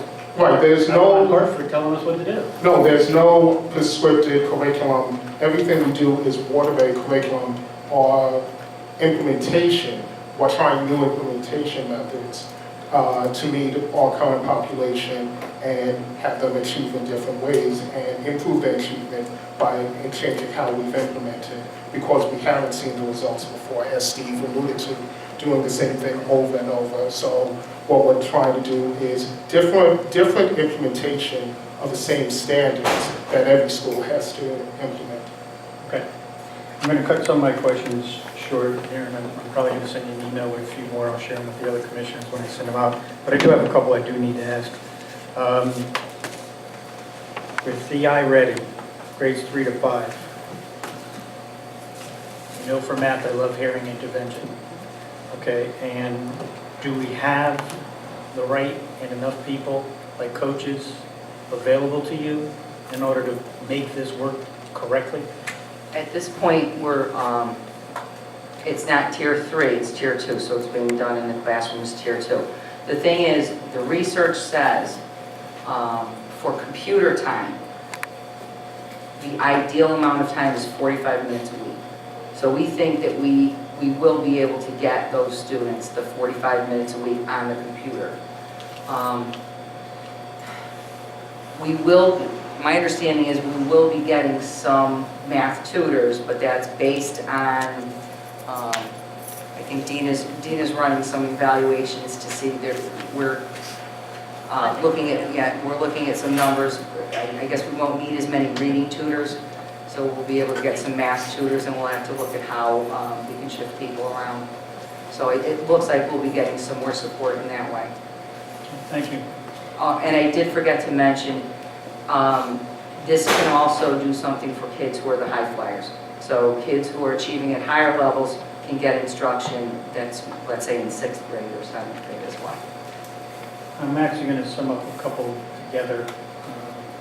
It's going to end with a question, but I've asked too many questions, so now I have to make comments. I'm a little concerned. I'm glad to hear in 6th and 7th you're going to introduce a little bit of algebra. I'm very worried with our test scores to jump right into algebra in 8th grade. I'm sorry, but that's why I'm saying, I'm prefacing it with the 6th and 7th content, that it's close to a recipe for disaster. And that said, and then NGSF for science, and a couple of the other things we're saying we want to do on our initiative. Okay, so it's going to end with a question mark, but it's kind of commentary. Are we on a collision course with Common Core?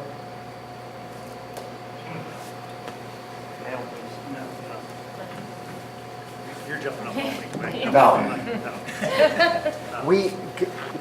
These aren't our standards, your standards, the kids' standards. These are the standards. And there's so much misinformation that's out there about Common Core, from the genesis of its construct to, you know, what's going on in certain media outlets and so forth and so on. Look, and politics and the like. Beyond Common Core, you know, we've always had standards. We've always had standards. Now, in context to that, I'll speak for ELA for this perspective. How can we argue against reading and writing and speaking and listening and research? Those are things that are ingrained just based on good practice, and those transcend any certain standards. But now we have standards that are across the board, that are better written, that can be applied with fidelity, and can be assessed in conjunction to other people in other states and so forth, which we never had that ability before. And look, again, we're in a changing world. The SAT is changed. David Coleman, the person who was in charge of the writing of Common Core, he's the president of College Board. So this isn't something that's on a collision course. This is something that it's about time, and we need to be able to do more in terms of educating the board, the community, and certainly our teachers and our students. As enthusiastic as that is, but that's how you always are. I'm not sold yet. Okay. Last comment, Dean, it's real coffee. Okay. Thank you, Ms. Petty. Okay, Vice President Harvey? Okay, thank you. You know, I'm sitting here and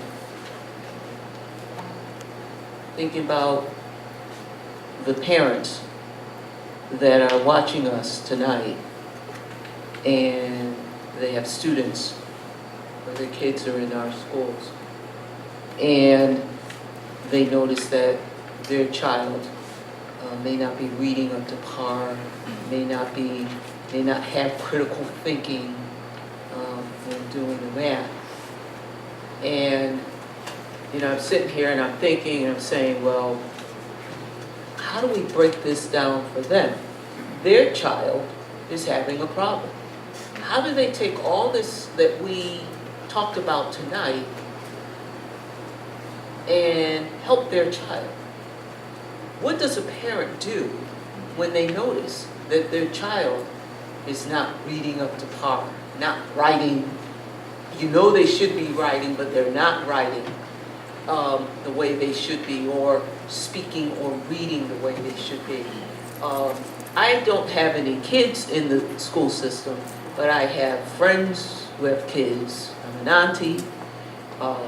I have a nephew who is 4 years old, and I know that eventually he's going to go into the school system. I had a niece who is in a private school, and I'm concerned because we're going to have to make that decision of whether or not he goes into a private school or he goes into public school.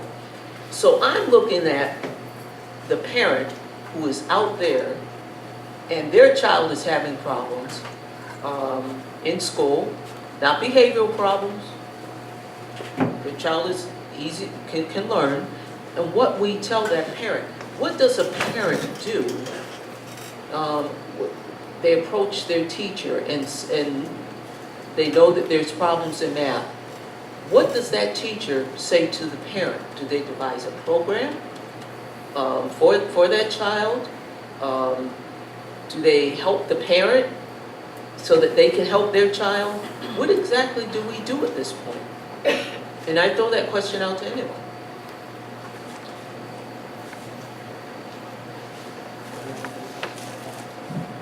No, so I think that there's a few underlying concepts, Commissioner Harvey, and I think that kudos to the parent if they're reaching out to the teacher. I think that ideally it's the teacher reaching out to the parents at first, especially when they see certain standards not being met. And so if a parent reaches out to a teacher, I would hope that the teacher takes the time to not only sit down with the parent to be able to discuss not only what we're trying to do through our curriculum, but also possibly the new standards, even though we've had several nights over the past few years discussing smarter balance and common core standards and the transition through those. I've attended many events at schools, but that doesn't mean we reach everyone. And you're absolutely right. And so, one, I would say, parents, show up to the math and literacy nights, because those are very, very educational about the transitions that have happened. But not everyone can make those nights, and not everyone can be there for that. I don't recommend just going on and typing in Common Core and just picking out things randomly. I do think that a conversation with the teacher, who is the expert in the classroom, is happening.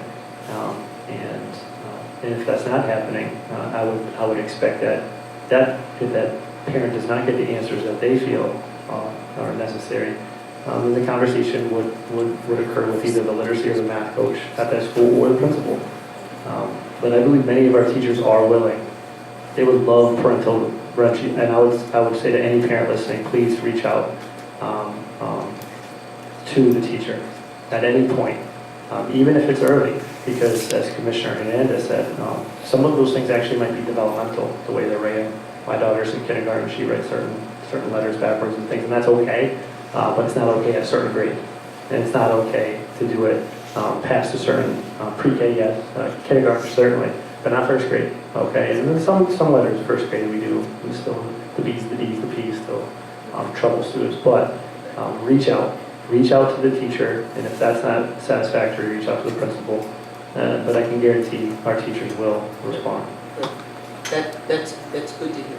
We also have Commissioner Hernandez, we also have the coaches who many times do reach out. Okay. And the coaches at the school really are content experts. They really are on the front line, reading specialists at each school. And so if the teacher doesn't have the answer, I know they'll reach out to those content specialists, and if not, every parent should know there are reading specialists and math specialists assigned to each elementary school and at many of the middle schools. So they should be reaching out to the teacher or those specialists. All right. Let me just, because I'm sorry, I have to leave, but I just want to make these next couple of comments. When we received, well, actually it was before that, we received our scores. I went to the feeder, the chart that you gave us regarding the feeder schools, and I kind of traced back from Crosby. I picked Crosby because Crosby is my alma mater, and just kind of traced back to see check the feeder schools. From Crosby, it's Wallace, and then those that we feed to Wallace, it's Walsh, it's a number of schools. But when I followed the course backwards and followed some of the schools, you could see that the scores were low.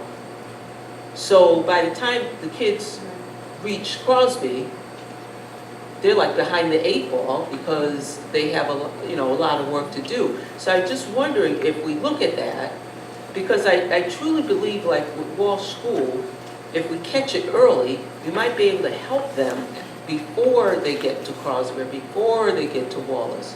And even look at a pre-K curriculum, if we catch them before they get to Walsh. So now I'm just wondering if we're being proactive when we're looking at these things, because I look at once they get to Crosby, I mean, now we only have them for 4 years, and we hope they graduate and then go to college, but then we know that the high percentage of kids that graduate have to take different type of courses to help them. So I'm just wondering if we're looking at that the feeder schools, you know, doing it backwards and looking at that and seeing what we can do. If we can improve what happens in the grammar school, then hopefully we can improve what happens in middle school and high school. So I don't know if we look at that. Yeah, I think we disaggregate it every way you could possibly imagine. What we did notice is Wallace was the highest scoring comprehensive this year. And so that should be leading up into Crosby because the feeder schools of the elementary, such as Wendell Cross and Generali, also scored high as well. So that reverse seems to be that trend seems to be reversing because Wallace was the highest scoring comprehensive school in ELA and math, according to the Smarter Balanced results. I would also say that we put a strong emphasis on our early. Under Dr. Ouellette, we've done a tremendous amount at the early grades. We really do feel that those younger grades we're yielding results because of the work that's been happening at the elementary schools, and we do put a tremendous amount of supports and resources there.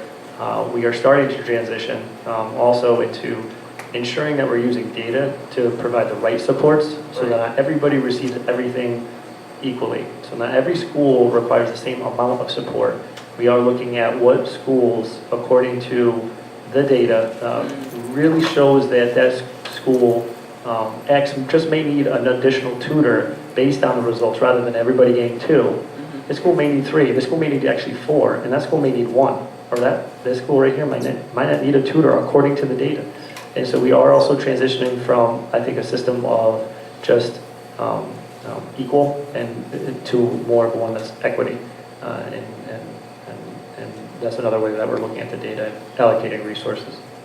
Okay, and lastly,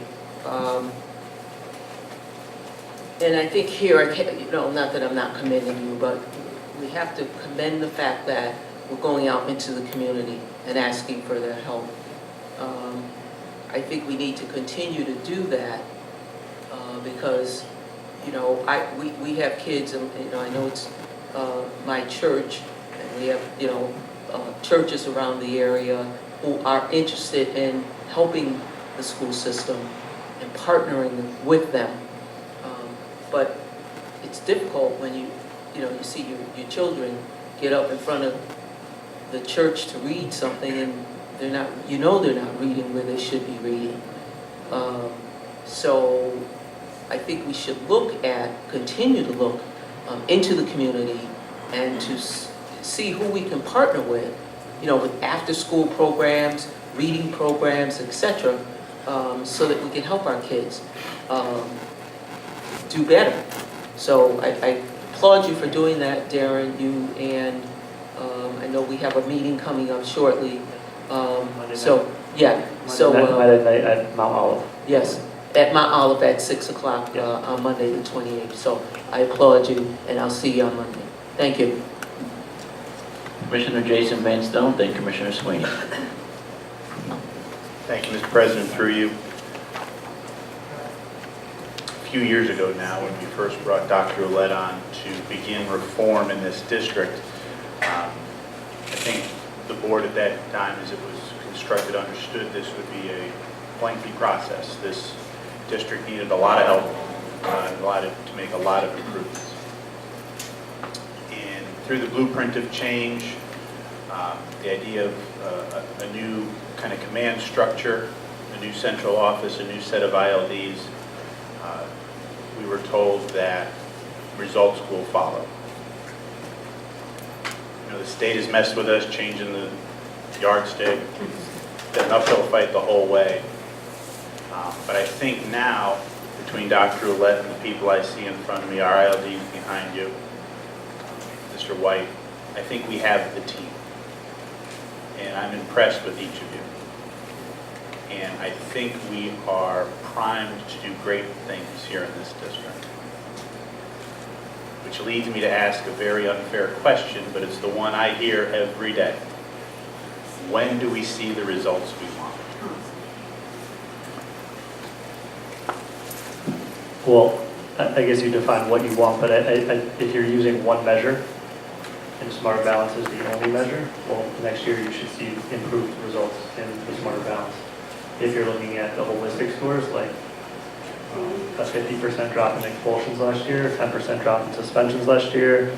If you're looking at chronic absenteeism dropping by 3.5% last year, if you're looking at the data you saw at Driggs earlier today, as a result of the direct work that I was doing with Driggs last year and Mike's presence and Jen's presence and the teachers' renewal, it matters what you mean as results. I think we've shared with the board over the last year, and we've become much more data friendly in trying to show you the results, good or bad, however you perceive them. We get juiced up for this. I attended the board meeting in my town, and they made excuses the whole time they sat up about the scores. Not one person up here is making an excuse. We feel a sense of urgency. We truly do. We have no excuses for us. We really see the path ahead of us. We believe in the vision. And so, yes, you'll see smarter balanced results starting next year. You've seen M-class results over the last year. Significant increase. And my expectation is the results, although it may look like a squiggly line over the next few years, the trajectory will be up and to the right in all areas. That's the expectation. That's the expectation we have of ourselves. We love coming to the board and give presentations, but no one's harder on us than us. And so if you're looking at whatever measure you'd like, I think I'm looking at all. And so I think for some of the few that I mentioned, you've seen results of them, especially last year. And doing smarter balance, this being our baseline year, we expect results just like we did in all the other areas, again, this current year and for the years moving forward. So the results have been happening in those areas that we've talked about. This is our first baseline so that we can talk about, I guess, the big measure, which is the smarter balance measure. But it's not the only measure. And so we look forward to continuing the positive trend in all those areas. If someone's saying that they haven't seen any results over the last few years, then they haven't been paying attention to the presentations to the board, because we really have made it a point to try to show how the data has been improving in all areas in this lack of, in our inability to be able to show you smarter balance or CMT big test data type of mode. And so hopefully, Commissioner Vanstone, we can continue presenting to you. I can tell by Dr. Ouellette that maybe some presentations that go a little long, and so we will work on that, Dr. Ouellette. I've got nothing to do tonight, so. I'm good. I'll stay after and talk about it all night if you want to. Yeah, we can show you Google Docs, and I mean, we'll pop that up and get going. But truly, we really do believe in where we're going, and every single one of us sets goals with measurable results. And that's a reminder that our goal-setting conferences are next week. I think that is the correct answer, and I applaud that answer. And I think you're right. To the people who watch this district closely, there are green shoots. There are significant examples of progress. Rightly or wrongly, this is the numbers that people factor in. Before it was CMTs, before that it was something else. Understanding, as I think again, at least the people in this room do, that this is a baseline test with nothing we can measure it against in the world, you are confident that next year we can finally lay one result over another and progress will be made. Yes? Good answer. Thank you, Mr. President. Commissioner Sweeney. Just a couple of comments before I ask a question. Kindergarten, I know you all are aware, is a concern in terms of chronic absenteeism. And the comment that I hear from a lot of people, from a lot of staff, is that still today, we do not seriously take kindergarten as a learning experience, as an opportunity to learn. There's no longer playtime for kids. Kids have to come to school every day in order to learn. And that's where we start to bleed kids. That's where we start to bleed in learning, because if they're not in this seat every day, we can't teach them. So it's important that people take kindergarten very, very seriously. And we say it all the time, reading is very, very serious work. I have an extremely intelligent little granddaughter who hates to read. So we have to be very creative with her. We have an arrangement. She's in Alabama, I'm in Connecticut. We will FaceTime and we will read to each other. You have to get parents, you gotta get creative, you gotta get your kids reading, do whatever it takes. I used to say, I don't care if my kids read a cereal box in the morning, at least they were reading. Give them the opportunity and encourage them every chance you get to read something. Just read. So that's my little speech. I thank you all for coming here tonight with solutions, with what you're going to do with the test. Year after year after year, we sit here on this board and we go over the CMT scores and what they are and how did we get here. But this is the first year that I can remember where we actually have somebody getting up and saying, okay, this is how we're going to attack this. So I applaud you for that. Thank you for doing that. That was very refreshing for me sitting here tonight to have somebody come forward and actually say, this is how we're going to change this. I did notice, what we always have noticed with the CMTs over the last few years, is that we have this kind of bleed at the 6th grade level that continues through the high school level.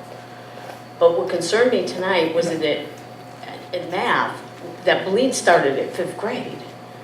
So tie-in for me in those things that you put forward tonight as initiatives to bring the whole district up, how you can target those to that 5th grade and 6th grade level, and into science into the 8th grade level is just, beyond. I'm just floored with how bad those science grades look. So give me some feedback on how we can target those 3 very bad slides. So we're looking at iReady, and those 5th graders have moved on to 6th grade. This is a pilot program. It is a K-8 program. It is something that if we decide is effective, it can be used in middle school. The problem is we have to build structures for that. Where we've built in time for kids, to have time to use iReady and to use that instruction in elementary, the trick will be in middle school is to find the time and the scheduling for those kids to close those gaps. And we're going to have to do something soon. In 2021, kids are going to be required to have 4 high school credits. And so we're finally addressing the need for intervention at the elementary level. And so we know kids have developed gaps in math at the elementary level, and they just get bigger and bigger. And so at some point, if we see that this is effective at elementary, we have to push it into middle school. We have to figure out how to use that. We're already using some of the products from the same company. So it's something that can flow very nicely into middle school. But like I said, if we see that it's an effective thing for students, then we have to build the structure, because if we don't have the time or the people to implement, it doesn't matter whether you have the program or not. But I mean, it definitely is something that can be doable. I think too, one of the questions you asked really has to do with alignment and in the team that's here. And to your point earlier, this team here is so tight and has worked so collaboratively on these plans. To the point where on October 6th, and we didn't talk about social studies, but it's what's coming next with science, the social studies teachers in some of the 6th and 7th and 8th grade classes are coming to the ELA meetings because we're starting with our ELA and social studies units first.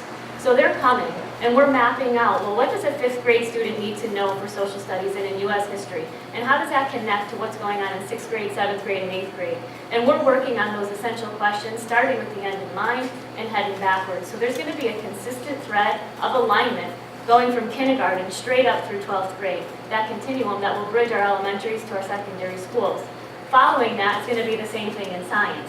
So it's been wonderful to collaborate with John Reed. I'm so, I can't even say, pumped about what's going to happen in a few weeks in kindergarten. kindergarten. I will be going around with the iPad. I will have video clips for you and pictures, because the final project, and you saw the kindergarten teachers working on this, is actually, and John taught me the term, Rube Goldberg. Do I have that right?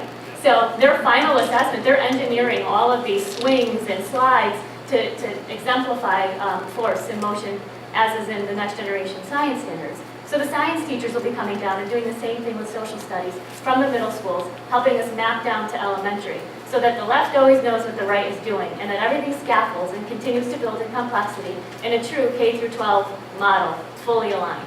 So I think where you used to see some gaps, you're going to see less of that, because the way our curriculum looks in kindergarten, the face of it, the assessments, the rubrics, is exactly the same as it's looking in the high school. Of course, the standard level of difficulty is higher and more complex, but the actual face of it and how we're translating that information is growing in sophistication from K through 12. And that's really exciting, and I think you're going to see that. Will you see it next year? No. We're working on it this year. The units will be implemented next year, the first unit at least, and then they'll continue to come out. But as these kindergartners now come up through the grades, they're going to have a science unit and more units throughout the year, every single year. So you're going to see that continuum, because I really think for the first time since I've been in Waterbury, we're going to see science taught systematically in elementary school, starting in kindergarten, starting in 3 weeks from now. So the next time we get together for a curriculum committee, I'll be sure to show you some examples of that and what John and I have been working on. Thank you. Dina, it's 9 o'clock. Sorry. You're I so know, excited. Giants are on. Giants. Giants, yes. She had coffee. No, she didn't. That's she didn't. I'll try to be brief. I think the short-term solution for both the CMT and the CAP is to put a lot more importance on it, because there's the old axiom, science doesn't count, and I think that somehow came into play. The long-term thing is what Dina said, is getting science in the elementary grades and making science meaningful and making the kids think in a way that they never have before. And I think if this works, we're going to engage a lot of kids that have been like out to lunch for a long time because they're bored. And next generation is supposed to will take care of that, because it's a very, very challenging endeavor. Just real briefly too. Obviously, Commissioner Vanstone, at one point you said something about adding some time, Commissioner Vanstone Senior, about adding some time onto the schedules. Obviously, I didn't know you were writing it, but you were writing it down. That would be helpful. And then also there is some in middle schools there are 2 periods a day where teachers are either in a prep or they have what I think is termed the duty period. So they're teaching 5 periods a day, and so there may be some opportunity to possibly build in those interventions that Jan's talking about. Right now, it's difficult because 2 periods a day is non-instructional in those schools. And so, but that would be something that would have to be negotiated if we wanted to open that up. All right. Anything further? Yes. Commissioner Vanstone. 9-0 Giants. Where is that on the agenda? Miss PAT or 3 field goals? All right. That's because it's not the same quarter yet. Okay. All right. I thank the panel again, too. This is very enlightening. My eyes have begun to glaze over, so I think we're going to... Do you guys ever tire each other out during the course of the day? You must burn each other out. Anyway, looking forward to the next one. Regarding item B on the agenda here, announcement that due to the hour and due to the fact that we're losing some staff, and due to the magnitude of what you've done already tonight, I think it's best to postpone the acuity accountability part for the next workshop. I think it'll just They're so bummed. I'm looking forward to it, because I think it's going to be just as intense, if not more so. Mr. Schwartz is disappointed. No, I would just say, Mr. President, giving this all seriousness aside, given what was just delivered tonight, I think the board really needs to understand the accountability structure. You really need to understand it well. You need to dive into it, and it needs to really be slowed down. So many of you are think, saturated enough with data and curriculum, but I really want us to come back and look at this all seriousness aside. Okay. So I have asked to have this pulled tonight. Okay, very well. Then I will move on with the rest of the agenda. Thank you very much again. Number 9 is the Committee on Curriculum. Request permission be granted to Rich Martinez of Whams to take 30 students to New York on October 27th to attend the NACAC Performing and Visual Arts College Fair. Item number 10, Committee on School Facilities and Grounds, use of school facilities by school organizations and/or city departments. And number 11, Committee on School Facilities and Grounds, use of school facilities by outside organizations or waiver requests. Then we're down to item, anything on that, by the way, Commissioner Tom Vance? No? Okay. Moving on then to item number 12, Superintendent's notification. Does anyone have any questions for the superintendent? Okay, hearing none, seeing none, then we're going to move on to Commissioner Sweeney for a motion. Motion to convene into executive session for discussion concerning the appointment, employment, performance evaluation, health, or dismissal of a public officer or employee. Second. Motion's been made and seconded. All in favor? Aye. Opposed? Motion carries. We're going to executive session where we will adjourn from that point. Thank you, everybody. Thank you.